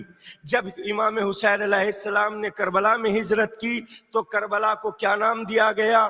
کہیں قبلۃ الاسلام نام دیا گیا، کہیں حرم اللہ نام دیا گیا، کہیں حرم رسول نام دیا گیا، کہیں بقاء الارض نام دیا گیا، کہیں زمین کا پاک و پاکیزہ ترین ٹکڑا کہا گیا، کہیں اس کی خاک کو خاک شفا بنا دیا گیا.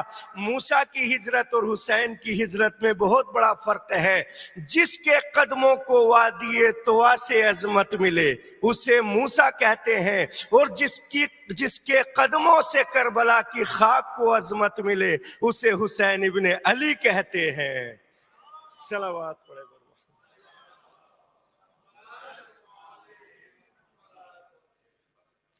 یہ حسین ابن علی کی ہجرت ہے اور وہ موسیٰ کی ہجرت ہے. عزیزان محترم، اسی طریقے سے جناب ابراہیم نے ہجرت کی. جناب ابراہیم نے کہاں ہجرت کی؟ جناب ابراہیم شہر حران میں رہا کرتے تھے اور وہیں رسالت کے، نبوت کے پیغام پہنچایا کرتے تھے. شہر حران میں اپنی چچا زاد بہن جناب سارہ سے شادی کی. جب شادی کی بہت دنوں تک رسالت کے پیغامات پہنچاتے رہے، لیکن زیادہ لوگ مسلمان نہیں ہوئے. جب زیادہ لوگ مسلمان نہیں ہوئے تو ایک مرتبہ جناب لوط کے جو دوسرے پیغمبر تھے ان کے ساتھ اور جناب سارہ کے ساتھ دوسرے ملک میں چلے.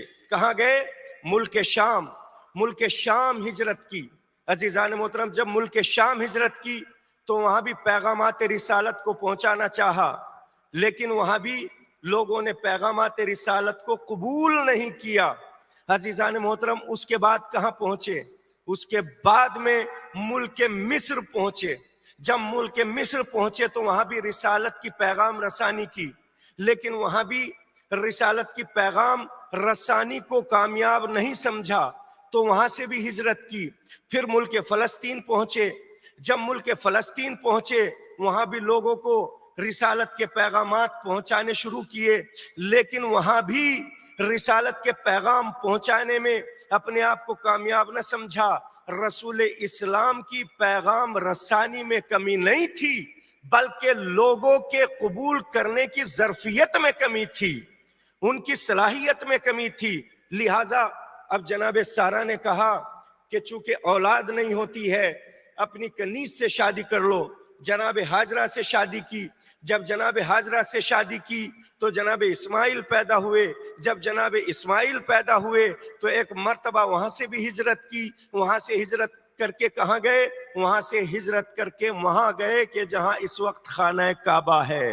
اور وہاں جانے کے بعد جناب ابراہیم نے جناب اسماعیل کو بھی قیام پذیر کر دیا، جناب ہاجرہ کو بھی قیام پذیر کر دیا، اور بارگاہ الہی میں دعا کی، ربنا انی اسکنت من ذریتی بواد غیر ذی زرع عند بیتک المحرم ربنا لیقیموا الصلاۃ فاجعل افئدة من الناس تہوی الیہم. اے پروردگار، میں نے اس زمین پر اپنی پوری ذریت کو چھوڑ دیا ہے.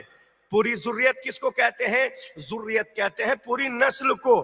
چھوڑ رہے تھے کس کو؟ صرف اسماعیل اور ہاجرہ کو. لیکن یہ نہیں کہا کہ میں نے صرف اور صرف اسماعیل اور ہاجرہ کو چھوڑا ہے، بلکہ کہا میں نے پوری ذریت کو چھوڑا ہے، یعنی پوری نسل کو چھوڑا ہے. یعنی جناب ابراہیم جناب اسماعیل کو وادی مقدس غیر ذی زر میں چھوڑ کر یہ دعا کر رہے تھے کہ پروردگار، یہ میرا اکیلا بیٹا نہیں ہے، بلکہ اس سے ایک ایسی نسل پیدا ہوگی کہ جو قیامت تک تیری راہ میں کام آئے گی. یہی وہ نسل ہوگی کہ جو نسل امامت ہوگی، اور جب نسل امامت ہوگی تو اس نسل کا پہلا فرد بھی یہیں سے آئے گا، اور اسی نسل امامت کا آخری فرد بھی یہیں سے آئے گا. صلوات پڑھے بر محمد و آل محمد پر.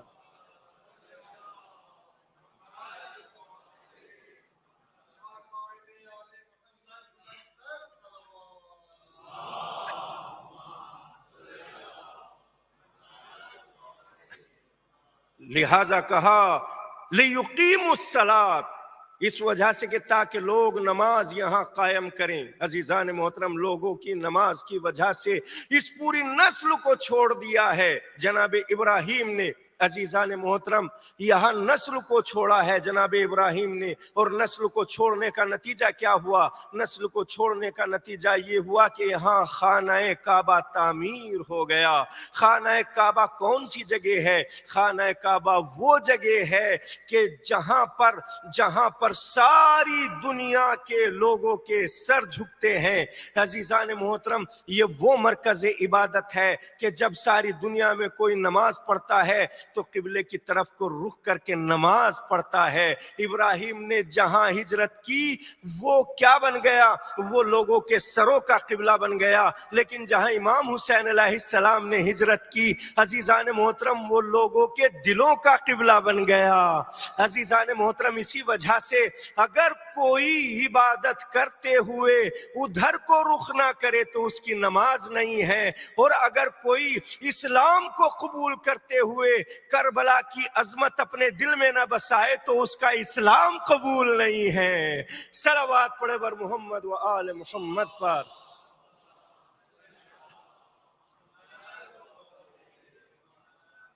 لہٰذا یہ ہجرت کیوں کی گئی؟ کس وجہ سے کی گئی؟ یہ محبت خدا میں ہجرت کی گئی. اسی وجہ سے تو خدا بند عالم کہتا ہے، عبدی، اے میرے بندے، اے فرزند آدم، مجھ سے محبت کر. کیوں مجھ سے محبت کر؟ اس وجہ سے مجھ سے محبت کر کہ انی احبک، میں تجھ سے محبت کرتا ہوں. میں تجھ سے محبت کرتا ہوں، تو مجھ سے محبت کر. کیوں؟ کس وجہ سے؟ اس لیے کہ جب میں تجھ سے محبت کرتا ہوں تو پھر تیرا بھی حق ہے کہ تو بھی مجھ سے محبت کر. اس وجہ سے کہ محبت ایک طرفہ نہیں ہوتی بلکہ محبت دو طرفہ ہوتی ہے. جب میں تجھ سے محبت کرتا ہوں تو مجھ سے بھی محبت کر. دیکھیں، جب اللہ محبت کر رہا ہے تو مقابلے میں کون سی چیز مانگ رہا ہے؟ محبت مانگ رہا ہے. عزیزان محترم، اور کس چیز کے بدلے میں مانگ رہا ہے؟ محبت کسی دوسری چیز کے بارے میں نہیں. حالانکہ لامحدود نعمت خدا بند عالم نے بندے کو عنایت کی ہے، لیکن لامحدود نعمتوں کے بدلے میں محبت نہیں مانگ رہا ہے. محبت کس چیز کے بدلے میں؟ محبت کے بدلے میں یہ نہیں کہا ہے کہ ہم نے تمہیں کھانے پینے کی رزق سے نوازا ہے، اس وجہ سے ہم سے محبت کرو. ہم نے تمہیں ماں باپ کی نعمت سے نوازا ہے، اس لیے ہم سے محبت کرو. ہم نے تمہیں بھائی بہن کی نعمت سے نوازا ہے، اس لیے ہم سے محبت کرو. ہم نے اولاد کی محبت سے نوازا ہے، اس وجہ سے ہم سے محبت کرو. ہم نے دنیا بھر کی تعداد اور لامحدود نعمتوں سے نوازا ہے، اس وجہ سے ہم سے محبت کرو. نہیں، بلکہ کس وجہ سے؟ اس لیے کہ ہم محبت کرتے ہیں. کہا، دیکھ اے میرے بندے، جو تیرے دل میں محبت پائی جاتی ہے اس کی قدر کرنا. اس وجہ سے کہ اس کی یہ اہمیت ہے کہ تیرے دل کی محبت کے مقابلے میں کوئی دوسری چیز نہیں اتر سکتی. میری محبت کے مقابلے میں تیری محبت اترتی ہے، اور تیری محبت کے مقابلے میں ہماری محبت اترتی ہے. صلوات پڑھے بر محمد و آل محمد پر.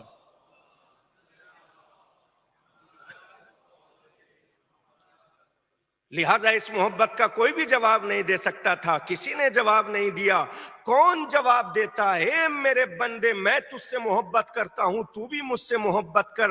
اب اس کا کوئی بندہ جواب نہیں دے سکتا ہے، لیکن اگر جواب دیا ہے تو دعائے افتتاح میں مولا متقیان امیر مومنان علی ابن ابی طالب نے جواب دیا.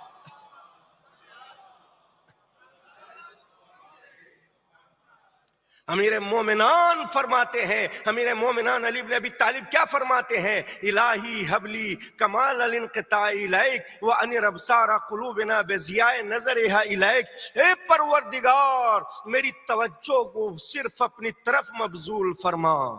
اے پروردگار، میری توجہ ادھر ادھر تمام چیزوں سے ہٹا دے اور صرف اپنی طرف میری توجہ کو مرکوز فرما.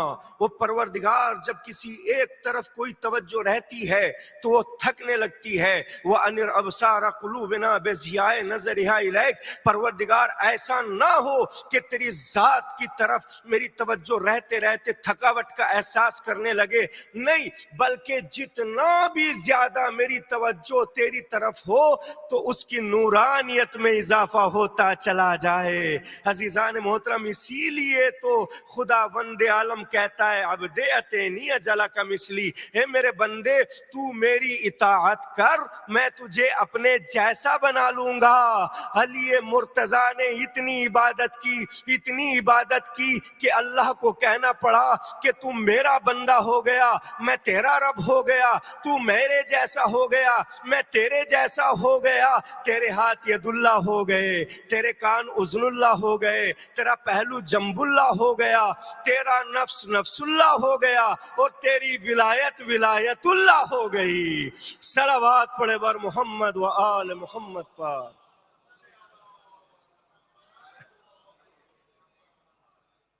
اسی لیے کہا کہ جب دنیا میں محبت کرو تو اس سے محبت کرو کہ جب روز محشر اکٹھا کیا جائے گا تو اس کے ساتھ اکٹھے ہوتے ہوئے کہیں شرمندگی کا احساس نہ ہو۔ کیوں؟ کس وجہ سے؟ اس لیے کہ انسان کے پاس سب سے بڑا سرمایہ محبت کا ہے، محبت سے بڑا سرمایہ کوئی نہیں ہے۔ کیوں؟ کس وجہ سے؟ اس لیے کہ رسول اسلام ارشاد فرماتے ہیں لو ان رجلا حجرا لحشرہ اللہ معہ، کہ اگر کوئی انسان پتھر سے بھی محبت کر لے گا تو روز محشر جب جمع کیا جائے گا تو اسے پتھر کے ساتھ ہی جمع کیا جائے گا۔ کیوں؟ کس وجہ سے؟ اس لیے کہ پتھر سے محبت کرتا تھا۔ یعنی روز محشر میں جمع کرنے کا معیار کس چیز کو قرار دیا گیا؟ محبت کو۔ عزیزان محترم، جو انسان کے دل میں محبت پائی جاتی ہے، روز محشر دیکھا جائے گا کہ دنیا میں اس نے کس سے میں محبت کی تھی۔ عزیزان محترم، لہٰذا محبت کس سے کی جائے؟ اس سے کی جائے کہ جب روز محشر دیکھا جائے گا تو اس کے ساتھ اکٹھا ہوتے ہوئے شرمندگی کا احساس نہ ہو۔ اس وجہ سے کہ جو پتھروں سے محبت کرے گا وہ روز محشر پتھروں کے ساتھ جمع ہوگا، جو لکڑیوں سے محبت کرے گا وہ روز محشر لکڑیوں کے ساتھ جمع ہوگا، جو جانوروں سے محبت کرے گا وہ روز محشر جانوروں کے ساتھ اکٹھا ہوگا، جو آگ سے محبت کرے گا وہ روز محشر آگ کے ساتھ جمع ہوگا، اور جو سیدان جوانان جنت کے ساتھ محبت کرے گا وہ حسن و حسین کے ساتھ جمع ہوگا۔ صلوات پڑھے بر محمد و آل محمد پر۔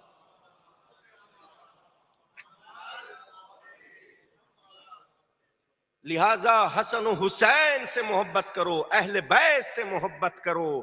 ایک گنہگار انسان کہتا ہے کہ مولانا یہ جو آپ کہہ رہے ہیں کہ روز محشر محب اپنے محبوب کے ساتھ جمع ہوگا، کیا یہ ہو سکتا ہے؟ میں گنہگار ہوں، میں کبھی کبھی جھوٹ کا بھی شکار ہو جاتا ہوں، کبھی کبھی غیبت بھی کر دیتا ہوں، کبھی کبھی ادھر ادھر کے گناہ بھی ہو سکتے ہیں۔ کیا یہ ہوگا کہ ایک گنہگار اور عاصی اور پاک و پاکیزہ مولا کے ساتھ جمع ہو جائے گا؟ بھائی روایت کا فقرہ تو یہی ہے، والحوایات بکل غریبہ، محبت میں اتنی کشش ہوتی ہے، اتنی کشش ہوتی ہے کہ پست ترین مخلوق کو اعلیٰ ترین مخلوق کے ساتھ جا کے ملا دیتی ہے، محب کو محبوب کے ساتھ ملا دیتی ہے، عاشق کو معشوق کے ساتھ ملا دیتی ہے۔ کیوں؟ کس وجہ سے؟ اس لیے کہ محبت کرنے والے کا کمال نہیں ہے، یہ تو خدا وند عالم نے جو دل میں محبت پیدا کی ہے اس محبت کا کمال ہے۔ اسی وجہ سے علامہ زمخشری فرماتے ہیں، علامہ زمخشری علماء اہل سنت کے بہت بڑے عالم ہیں، اور علامہ فخر رازی علماء اہل سنت کے بہت بڑے عالم ہیں۔ علامہ فخر رازی تفسیر کبیر میں فرماتے ہیں، علامہ زمخشری تفسیر کشاف میں فرماتے ہیں، کیا فرماتے ہیں؟ وہ ایک حدیث پیش کرتے ہیں اور اس حدیث کے 12 جملے، اور وہ حدیث کیا ہے؟ وہ حدیث یہ ہے، الا ومن مات علی حب آل محمد مات شہیدا، آگاہ ہو جاؤ کہ جو آل محمد کی محبت پر مرتا ہے وہ شہید مرتا ہے۔ بھائی محبت میں مرا ہے، صرف مقتل میں نہیں گیا، میدان جنگ میں نہیں گیا، تلوار نہیں اٹھائی، گھوڑے پہ سوار نہیں ہوا، مد مقابل کے سامنے نہیں آیا، صرف گھر میں پڑا، محبت اہل بیت کے ساتھ مرا، شہید مرا۔ شہید کا مطلب کیا ہوتا ہے؟ شہید کا مطلب یہ ہوتا ہے کہ جب انسان شہادت کی موت مرتا ہے تو اس کے سارے گناہ معاف ہو جاتے ہیں. کہا حضور کیا اس کے سارے گناہ معاف ہو گئے؟ تو حدیث کا دوسرا جملہ یہی ہے کہ الا ومن مات الا حب آل محمد مات مغفورا.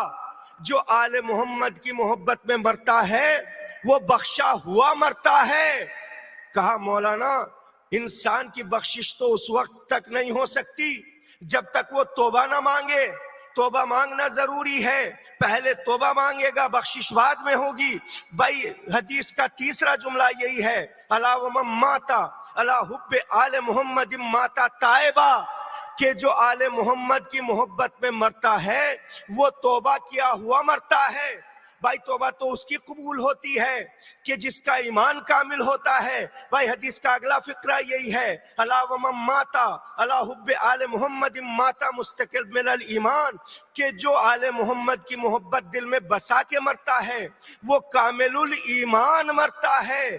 جب کامل الایمان مرتا ہے تو پھر اس کا نتیجہ کیا ہوتا ہے؟ کہا اس کا نتیجہ یہ ہوتا ہے الا ومن مات الا حب آل محمد مات بشرہ ملک الموت بالجنہ.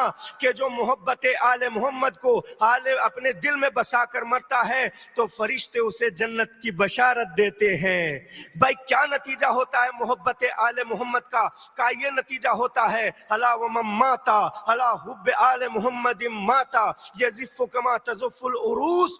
کہ اس طریقے سے جب کوئی محمد والے محمد کا چاہنے والا مرتا ہے تو ملائکہ اس کے احترام کے لیے آتے ہیں اور احترام اس طریقے سے کرتے ہیں، اس طریقے سے تعظیم کرتے ہیں کہ جس طریقے سے شادی کے دن کسی عروس کو احترام کے ساتھ اس کے دولہا کے یہاں لے جایا جاتا ہے، اسی طریقے سے جب کوئی مومن مرتا ہے تو فرشتے آتے ہیں اور بڑے احترام و اکرام سے اس کو جنت میں لے کے چلے جاتے ہیں. اسی لیے کہا الا ومن مات آل محمد مزار ملائکۃ اللہ. یعنی جب کوئی مرتا ہے اور محبت آل محمد اس کے دل میں ہوتی ہے تو ملائکہ تو خدا اس کی قبر کو ملائکہ کا مزار بنا دیتا ہے. یعنی ملائکہ آتے ہیں اس کی قبر کی زیارت کرتے ہیں، مرحوم کی زیارت کرتے ہیں. بھائی خدا بند عالم نے مومن کو یہ شرف کیوں بخشا کہ جب وہ مرا تو اللہ نے ملائکہ کے لیے اس کی قبر کو زیارت گاہ بنا دیا. کہا یہ حل جزاء الاحسان الا الاحسان، احسان کا بدلہ احسان ہے. جب یہ دل میں اہل بیت کی محبت کو بسائے ہوئے تھا تو اہل بیت کے مزار پہ جاتا تھا، کل یہ اہل بیت کے مزار پہ جاتا تھا، آج اس کے مزار کو اللہ نے ملائکہ کے لیے زیارت گاہ بنا دیا ہے.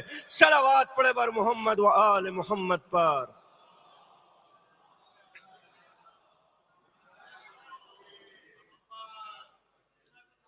لہذا 12 حدیثیں ہیں کس کے لیے؟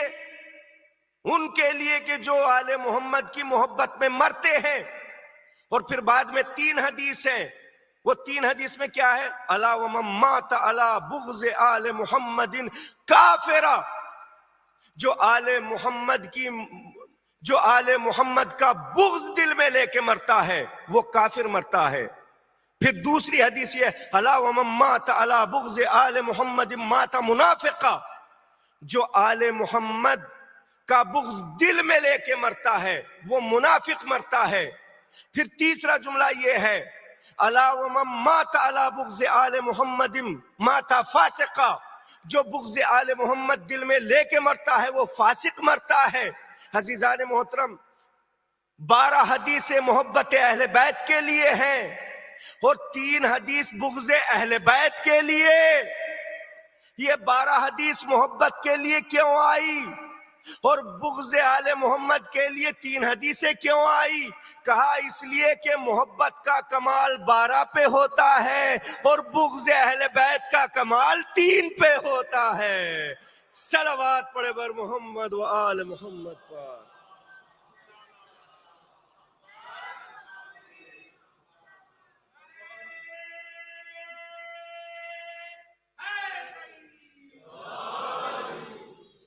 لہذا ان سے محبت کی جائے کہ قیامت میں جن کی محبت کا اجر ہوگا. کن سے محبت کی جائے؟ ان سے محبت کی جائے کہ جن سے محبت کرنے پر انسان کو فخر ہوتا ہے کہ ہم نے اس سے محبت کی ہے. اسی وجہ سے کہا حسین سے محبت کرو. علامہ شیخ شوستری کا بڑا پیارا جملہ ہے. علامہ شیخ شوستری کیا کہتے ہیں کہ ماہ مبارک رمضان میں سب بخش دیے جاتے ہیں، سب بخش دیے جاتے ہیں، لیکن اگر انسان کوتاہیوں کی وجہ سے، بدعمالیوں کی وجہ سے اس منزل پر پہنچ گیا ہے کہ ماہ رمضان میں اس کی بخشش نہیں ہوئی ہے، تو پھر اسے کیا کرنا چاہیے؟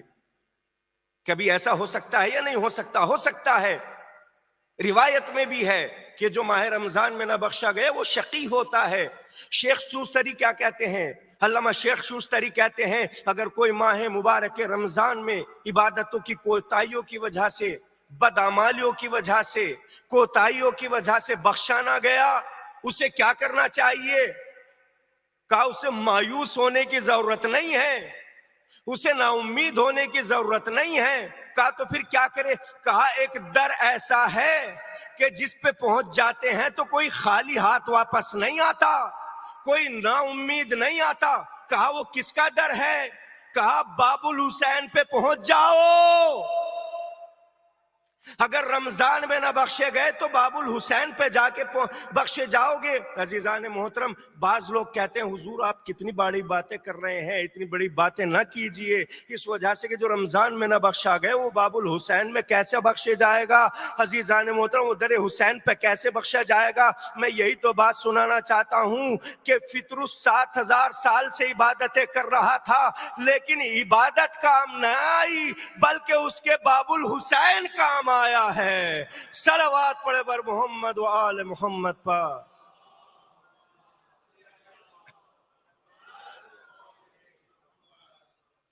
لہذا یہ باب الحسین ہے. باب الحسین گناہوں کو اس طریقے سے پاک کر دیتا ہے کہ جس طریقے سے خدا وند عالم نے اپنے چاہنے والوں کی ذمہ داری لی ہے.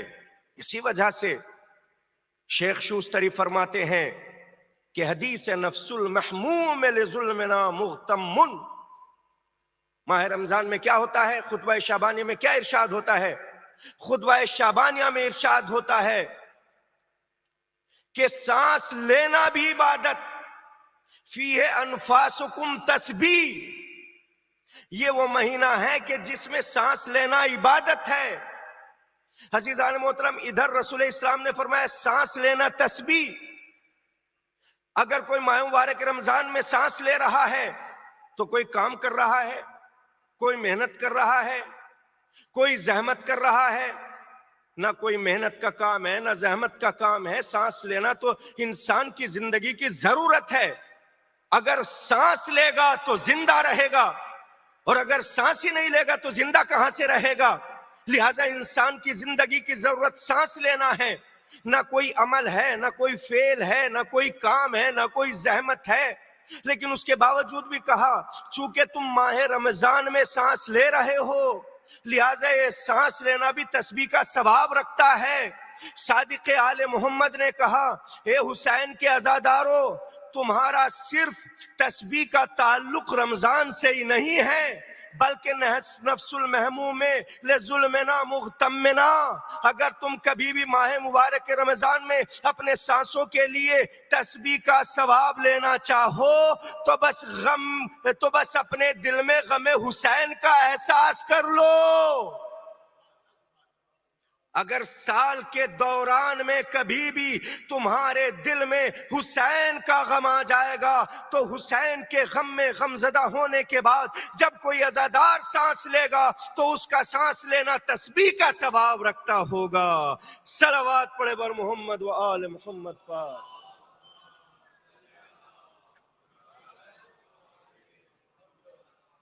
اسی لیے کہا نفس المحموم لظلمنا، ہمارے اوپر جو ظلم ہوا ہے اگر اس کی وجہ سے کوئی غم زدہ ہو کر سانس لے تو وہ تسبیح کا ثواب رکھتا ہوگا. وَهَمَّهُ لِأَمْرِنَا عِبَادًا، اور ہماری عزاداری کے لیے جتنے بھی کوئی انتظامات کرے گا، جتنے بھی کوئی اہتمامات کرے گا، جتنی بھی زحمتیں کرے گا، اس کا لمحہ لمحہ، اس کا سانس سانس عبادت میں گزرتا ہوا چلا جائے گا. عزیزان محترم، یہ جو آپ زحمتیں کر رہے ہیں، یہ جو آپ اہتمامات کر رہے ہیں، یہ جو آپ انتظامات کر رہے ہیں، بلا وجہ نہیں ہے، یہ بس نہیں ہے، بلکہ آپ کا لمحہ لمحہ، سانس سانس عبادت میں گزر رہا ہے. عزیزان محترم، شیخ شوستری کہتے ہیں اگر کوئی خدا تک پہنچنا چاہے تو کیسے پہنچے گا؟ وہ کہتے ہیں اگر کوئی خدا تک پہنچنا چاہے تو اسے چاہیے کہ حسین کے غم میں ٹوٹے ہوئے دل کے ساتھ خدا تک پہنچے. جب کوئی حسین کا ذکر سنتا ہے، حسین کی مصیبت کو سنتا ہے اور اس کا دل ٹوٹتا ہے تو وہ خدا تک پہنچ جاتا ہے. یہ خدا تک پہنچنے کا بڑا آسان راستہ ہے، بڑا پاک و پاکیزہ راستہ ہے. عزیزان محترم، ادھر حسین کی مصیبت کا ذکر ہوا، ہماری آنکھ سے آنسو برآمد ہوئے، خدا تک پہنچ گئے. عزیزان محترم، یہ ٹوٹا ہوا دل بھی کتنا قیمتی دل ہے. دنیا کی ساری چیزیں الگ ہوتی ہیں، حسین کے غم میں ٹوٹا ہوا دل الگ ہوتا ہے. عزیزان محترم، دنیا کی ساری چیزیں وہ ہیں جب ٹوٹتی ہیں تو ان کی قیمت ختم ہو جاتی ہے، لیکن حسین کے غم میں جب دل ٹوٹتا ہے تو اس کی قیمت لامحدود ہو جاتی ہے.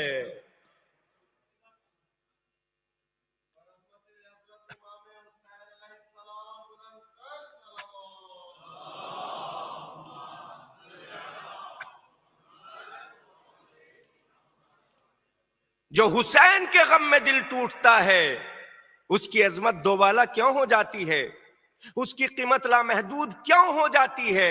اس لیے کہ اس دل میں حسین آ کر بس جاتے ہیں. جس دل میں حسین آ کر بستے ہیں تو وہ دل بہشت بن جاتا ہے. جب دل بہشت بن جاتا ہے تو پھر بہشت کی قیمت کوئی ادا نہیں کر سکتا، صرف خدا ہی ادا کر سکتا ہے. لہذا اپنے دلوں میں حسین کو بساؤ. کون سے حسین کو؟ اس حسین کو کہ جس نے اس کربلا کی خاک پہ قدم رکھا ہے، کہ جس پہ ہر نبی نے قدم رکھا ہے، جس پہ آدم نے بھی قدم رکھا ہے. آدم نے اس زمین پہ کب قدم رکھا ہے؟ جس وقت جناب آدم جناب حوا کی تلاش میں چلے، ساری زمین میں گشت کرنے کے بعد جب زمین کربلا پہ پہنچے تو قدموں میں لغزش پیدا ہو گئی. اور جب اس جگہ پہنچے کہ جو مقام شہادت امام حسین علیہ السلام تھا تو وہاں گر گئے. جب گر گئے تو جناب آدم کی ٹھوکروں سے خون ابل پڑا. ایک مرتبہ جناب آدم نے بارگاہ الہی میں ہاتھ بلند کیے اور ہاتھ بلند کرنے کے بعد کہا کہ اے پروردگار، کیا مجھ سے کوئی غلطی ہو گئی ہے؟ پروردگار، میں نے ساری دنیا کی زمین کا گشت کر لیا ہے لیکن کہیں بھی ٹھوکر نہیں لگی، کہیں بھی خون نہیں نکلا. کیا مجھ سے کوئی غلطی ہو گئی ہے کہ جس کی سزا میں یہ خون نکلا ہے؟ کہا نہیں، تمہاری غلطی نہیں ہے. کہا تو پھر یہ ٹھوکر کیوں لگی؟ کہا یہ اس وجہ سے لگی ہے کہ تمہاری نسل سے ایک نواسا پیغمبر ہوگا کہ جو اس زمین پر 3 دنوں کا بھوکا پیاسا ذبح کر دیا جائے گا. ایک مرتبہ جناب آدم نے پوچھا کہ اے پروردگار، کیا وہ کوئی پیغمبر ہوگا؟ کہا نہیں، پیغمبر تو نہیں ہوگا لیکن نواسا پیغمبر ہوگا. اور جب حضرت نوح کی کشتی جا رہی تھی تو ایک مرتبہ جب سیلاب میں چلتے چلتے کربلا پہنچی تو ایک مرتبہ ڈاواڈول ہو گئی. جناب نوح کو غرق ہونے کا خطرہ ہو گیا. بارگاہ الہی میں ہاتھوں کو اٹھایا. ہاتھوں کو اٹھانے کے بعد کہا کہ پروردگار، کیا مجھ سے کوئی تقصیر ہو گئی ہے، کوتاہی ہو گئی ہے؟ کہا نہیں، کوئی تقصیر نہیں ہے ہوئی ہے، لیکن تم اس جگہ پہنچ گئے ہو کہ جہاں ایک نواسا پیغمبر ذبح کیا جائے گا. اور جب جناب ابراہیم پہنچتے ہیں، حالانکہ گھوڑے پہ سوار تھے، ایک مرتبہ گھوڑے کے قدموں میں لغزش آتی ہے، گھوڑا گرتا ہے. جب گھوڑا گرتا ہے تو جناب ابراہیم بھی وہاں گر جاتے ہیں. جب جناب ابراہیم گرے تو سر شگافتہ ہو گیا. ایک مرتبہ بارگاہ الہی میں ہاتھوں کو اٹھا دیا، پروردگار کیا مجھ سے کوئی غلطی ہو گئی ہے؟ کہا نہیں ابراہیم، تم سے کوئی غلطی نہیں ہوئی ہے، لیکن اس جگہ پر محمد مصطفیٰ کا نواسا، علی مرتضیٰ کا لخت جگر، یہاں 3 دنوں کا بھوکا پیاسا ذب کر دیا جائے گا. اور جب جناب موسیٰ کربلا کی زمین پر آئے تو ایک مرتبہ قدموں میں کانٹا چبھا، جوتے پھٹے اور کانٹا جناب موسیٰ کے پاؤں میں لگ گیا، خون جاری ہو گیا. کہا اے موسیٰ، یہاں پہ نواسہ رسول ذب کر دیا جائے گا. عزادارو، آج محرم کی 2 تاریخ ہے. عزادارو، دن گزر رہے ہیں. عزادارو، اگر میرے پڑھنے میں بھی کوئی کوتاہی رہ جائے تو آپ رونے میں کمی نہ کرنا، اس وجہ سے کہ یہ رونے کے دن ہے. پورے سال رونا یا نہ رونا، لیکن ان دنوں میں رونے میں کوئی کوتاہی نہیں کرنا ہے. کیوں؟ کس لیے؟ اس لیے کہ ہمارے گھروں میں پرسہ لینے کے لیے سیدہ آئی ہیں. السلام علی الحسین وعلی علی ابن الحسین وعلی اولاد الحسین وعلی اصحاب الحسین. عزادارو، 125 دن ہو گئے ہیں کہ امام حسین علیہ السلام خانہ کعبہ میں ہیں، اور جب حج کا وقت نزدیک آتا ہے تو امام حسین علیہ السلام کو معلوم ہوتا ہے کہ 300 لوگوں سے زیادہ اپنے کفن میں لوگ خنجر چھپا کے آ گئے ہیں. بس عزادارو، امام حسین علیہ السلام نے اپنے حج کو حج مفردہ سے بدلا. عزادارو، سارے کے سارے مومنین، سارے کے سارے مسلمان یہاں حج کرنے آئے ہیں. سارے مسلمانوں کو تمنا ہے کہ ہم حج کریں، لیکن اللہ اللہ حسین، اللہ اللہ حسین کو اپنے حج کو عمرے میں بدلنا پڑا. ارے خانہ کعبہ رو رہا ہوگا، ارے حجر اسود رو رہا ہوگا، ارے کوہ صفا و مروہ گریا کر رہا ہوگا.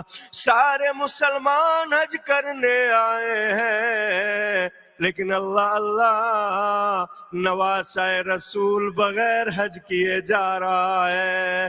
ارے حسین نے حسرت بھری نگاہ سے خانہ کعبے کی طرف دیکھا ہوگا. اے خانہ کعبہ، ارے ہم تیرا طواف نہیں کر رہے ہیں، لیکن یاد رکھنا ہمیں مقتل سے لے کر خیمے تک 70 طواف کرنا ہے.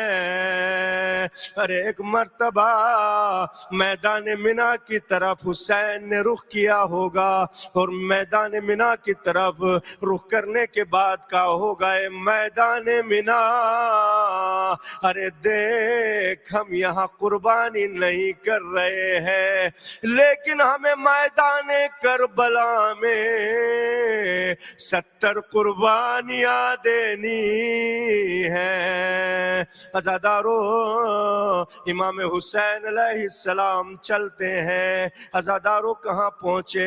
ایک مرتبہ اس زمین پر پہنچے کہ جہاں گھوڑا خود بخود رک گیا. امام حسین علیہ السلام ایڑ لگانا چاہتے ہیں، لیکن گھوڑا آگے نہیں بڑھتا. ایک مرتبہ امام حسین علیہ السلام کہتے ہیں اے عباس، ذرا یہاں لوگوں سے پوچھو کہ اس زمین کا کیا نام ہے، اس زمین کو کیا کہتے ہیں. ایک مرتبہ ابو الفضل العباس آگے بڑھے، اور آگے بڑھنے کے بعد سوال کیا کسی بزرگ نے کہا کہ اس زمین کو غازریا کہتے ہیں. عزاداروں، امام حسین علیہ السلام نے کہا اور دوسروں سے پوچھو. دوسرے بزرگوں سے پوچھا تو انہوں نے کہا اس زمین کو نینوا بھی کہتے ہیں. کہا اور دوسروں سے پوچھو. کسی بزرگ نے کہا اس کو شط فرات بھی کہتے ہیں.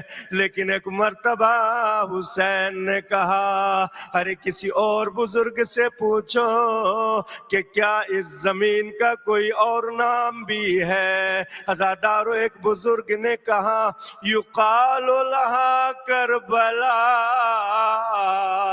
ارے اس کو کرب و بلا بھی کہتے ہیں. بس عزادارو، حسین نے جب الفضل العباس سے کہا کہ یہیں قافلے کو روک دیا جائے. قافلے کو روک دیا گیا. عزادارو، ادھر ابو الفضل العباس اترے، ادھر علی اکبر اترے، ادھر قاسم اترے. ایک مرتبہ جیسے ہی جناب زینب اتری تو ایک مرتبہ مٹی کا غبار اڑا. جناب زینب کے سر میں مٹی کا غبار آ گیا. ایک مرتبہ جناب زینب نے چیخ کر کہا اے بھیا حسین، ارے یہ ہم کہاں لے کر آ گئے ہو، یہ ہمیں کہاں لے آئے ہو؟ اس مٹی سے تو آپ کے خون کی بو آ رہی ہے. بس ایک مرتبہ حسین نے ایک جملہ کہا، ہاں ہاں بہن زینب صحیح کہہ رہی ہو، ہاں ہونا مہت تو رحالنا، ارے یہی تو ہمارے قافلے کے رکنے کی جگہ ہے. ہاں ہونا مہان و رخان بنا، ارے یہی تو ہمارے ٹھہرنے کی جگہ ہے. ایک جملہ حسین نے کہا، زینب تڑپ گئی، ہاں ہونا مذبح اولادنا، اے بہن زینب ہمارے بچوں کے ذبح ہونے کی یہی جگہ ہے. اور ایک جملہ حسین نے وہ کہا کہ ابو الفضل العباس تڑپ گئے، اے ابو الفضل العباس ہاں ہونا تصبح یالونا، ارے زینب و ام کلثوم کے اسیر ہونے کی یہی جگہ ہے. عزادارو، زینب آگے بڑھی. ایک مرتبہ کسی بی بی کے رونے کی آواز آئی، اے بھیا یہاں کون بی بی رو رہی ہے؟ اے زینب، یہ ہماری ماں ہم سے پہلے پہنچ چکی، ماں فاطمہ زہرا گریا کر رہی ہے.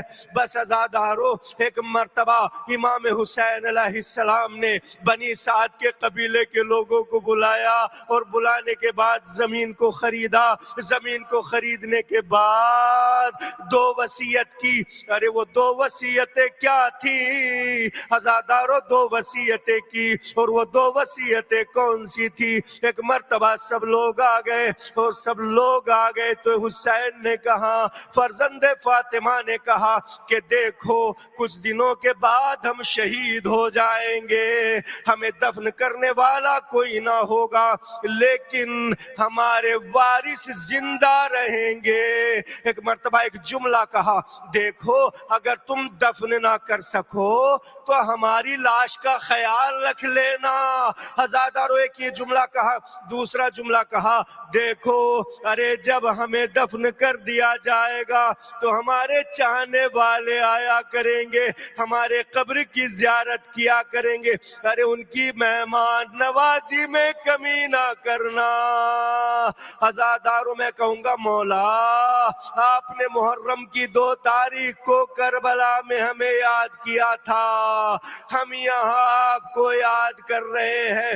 ہائے ہائے، ارے جنگل میں فاطمہ کا گھر اجڑ گیا، فاطمہ کے بچے مارے گئے، فاطمہ کا چمن اجڑ گیا.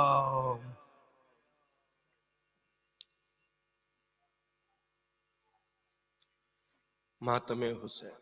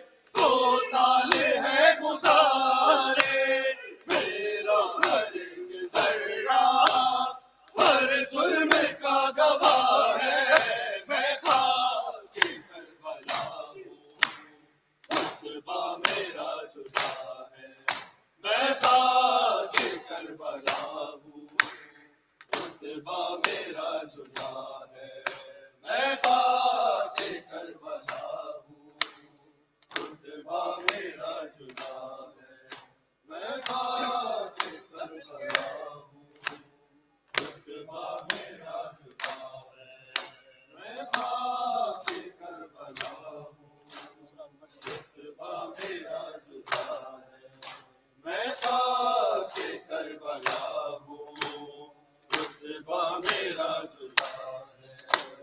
اکبر جوان کا سے غازی سے چاند تارے زین العبان میری آغوش میں اتارے. یعنی نبی کا میں خاک کربلا ہوں. رتبہ میرا جدا ہے. میں خاک کربلا ہوں. رتبہ میرا جدا ہے. میں خاک کربلا ہوں. رتبہ میرا جدا ہے. میں خاک کربلا ہوں. رتبہ میرا جدا ہے. میں خاک کربلا ہوں. رتبہ میرا جدا ہے. میں خاک کربلا ہوں. رتبہ میرا جدا ہے. روتی ہوں یاد کر کے وہ بے کسی کا منظر مولا چھپا رہے تھے مجھ میں جو لاش اثر. اس دن سے آج تک نہ مجھ کو سکون ملا ہے. میں خاک کربلا ہوں. رتبہ میرا جدا ہے. میں خاک کربلا ہوں. رتبہ میرا جدا ہے. میں خاک کربلا ہوں. رتبہ میرا جدا ہے. میں خاک کربلا ہوں. رتبہ میرا جدا ہے. میں خاک کربلا ہوں. رتبہ میرا جدا ہے. میں خاک کربلا ہوں. رتبہ میرا جدا ہے. شہدائے کربلا کے زخموں کو میں نے چوما. سہارا کی بیٹیوں کے قدموں کو میں نے چوما. اس واسطے ہی میری تاثیر میں شفا ہے. میں خاک کربلا ہوں. رتبہ میرا جدا ہے. میں خاک کربلا ہوں.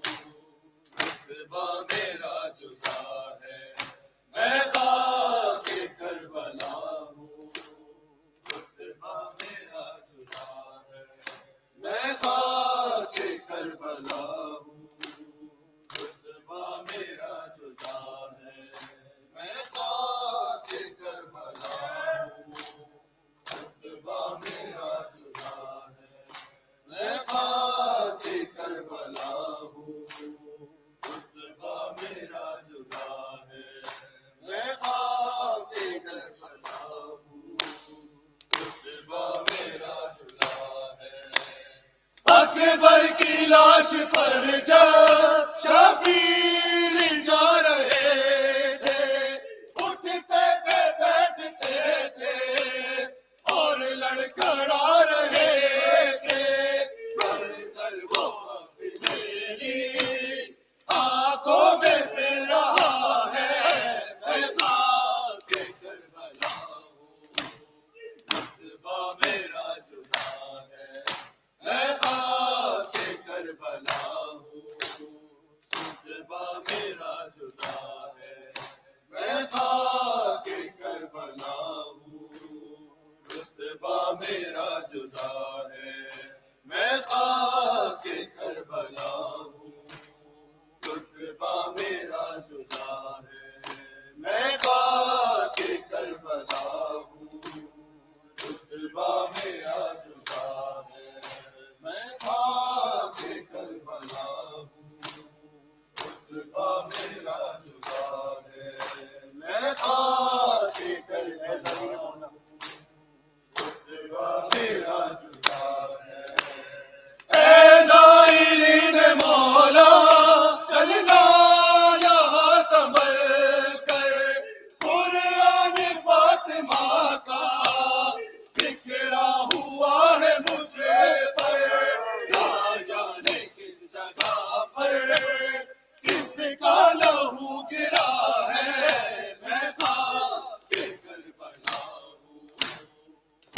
رتبہ میرا جدا ہے میں خاک کربلا ہوں رتبہ میرا جدا ہے میں خاک کربلا ہوں رتبہ میرا جدا ہے میں خاک کربلا ہوں رتبہ میرا جدا ہے میں خاک کربلا ہوں رتبہ میرا جدا ہے میں خاک کربلا ہوں رتبہ میرا جدا ہے اکبر کی لاش پر جب شبیر جا رہے تھے اٹھتے تھے بیٹھتے تھے اور لڑکھڑا رہے تھے اندر وہ میری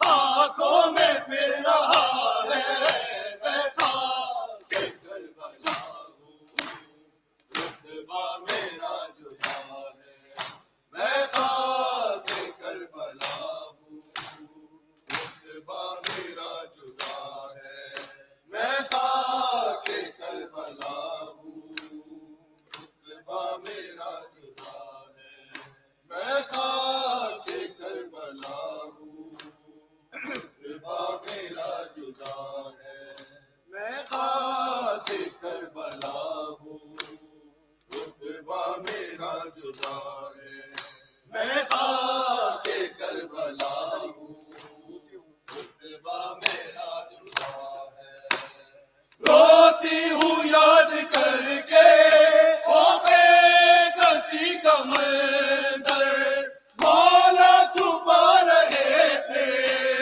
مجھ میں جو لاش اصغر اس دن سے آج تک نہ مجھ کو سکون ملا ہے میں خاک کربلا ہوں رتبہ میرا جدا ہے میں خاک کربلا ہوں رتبہ میرا جدا ہے میں خاک کربلا ہوں رتبہ میرا جدا ہے میں خاک کربلا ہوں رتبہ میرا جدا ہے میں خاک کربلا ہوں رتبہ میرا جدا ہے فقیر تو بھی کر لے آلے ابا کا ماتم جو شام میں گئی تھی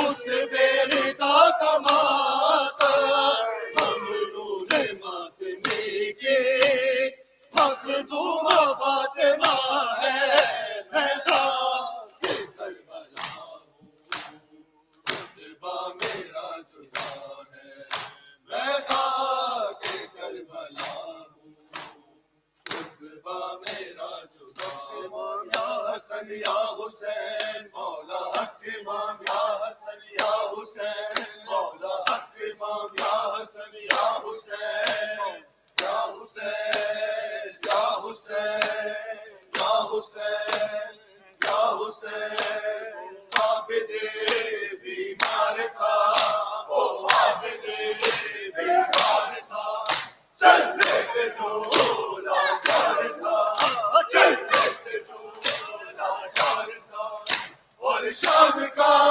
بازار تھا اور شام کا بازار تھا اور مصطفیٰ کی بیٹیاں مولا حق امام یا حسن یا حسین مولا حق امام یا حسن یا حسین یا حسین یا حسین یا حسین مولا حق امام یا حسن یا حسین مولا حق امام یا حسن یا حسین یا حسین یا حسین شبیر کی وہ لاڈلی شبیر کی وہ لاڈلی سینے پہ جو شاہ پلی سینے پہ جو شاہ پلی جس کی آواز میں چلی جس کی آواز میں چلی منہ پر تمام چھوٹے نشان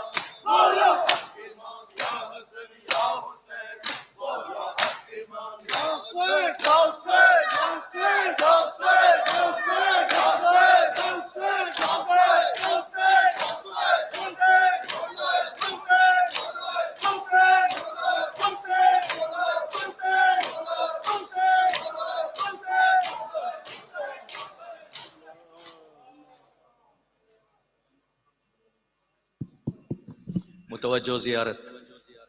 بسم اللہ الرحمن الرحیم.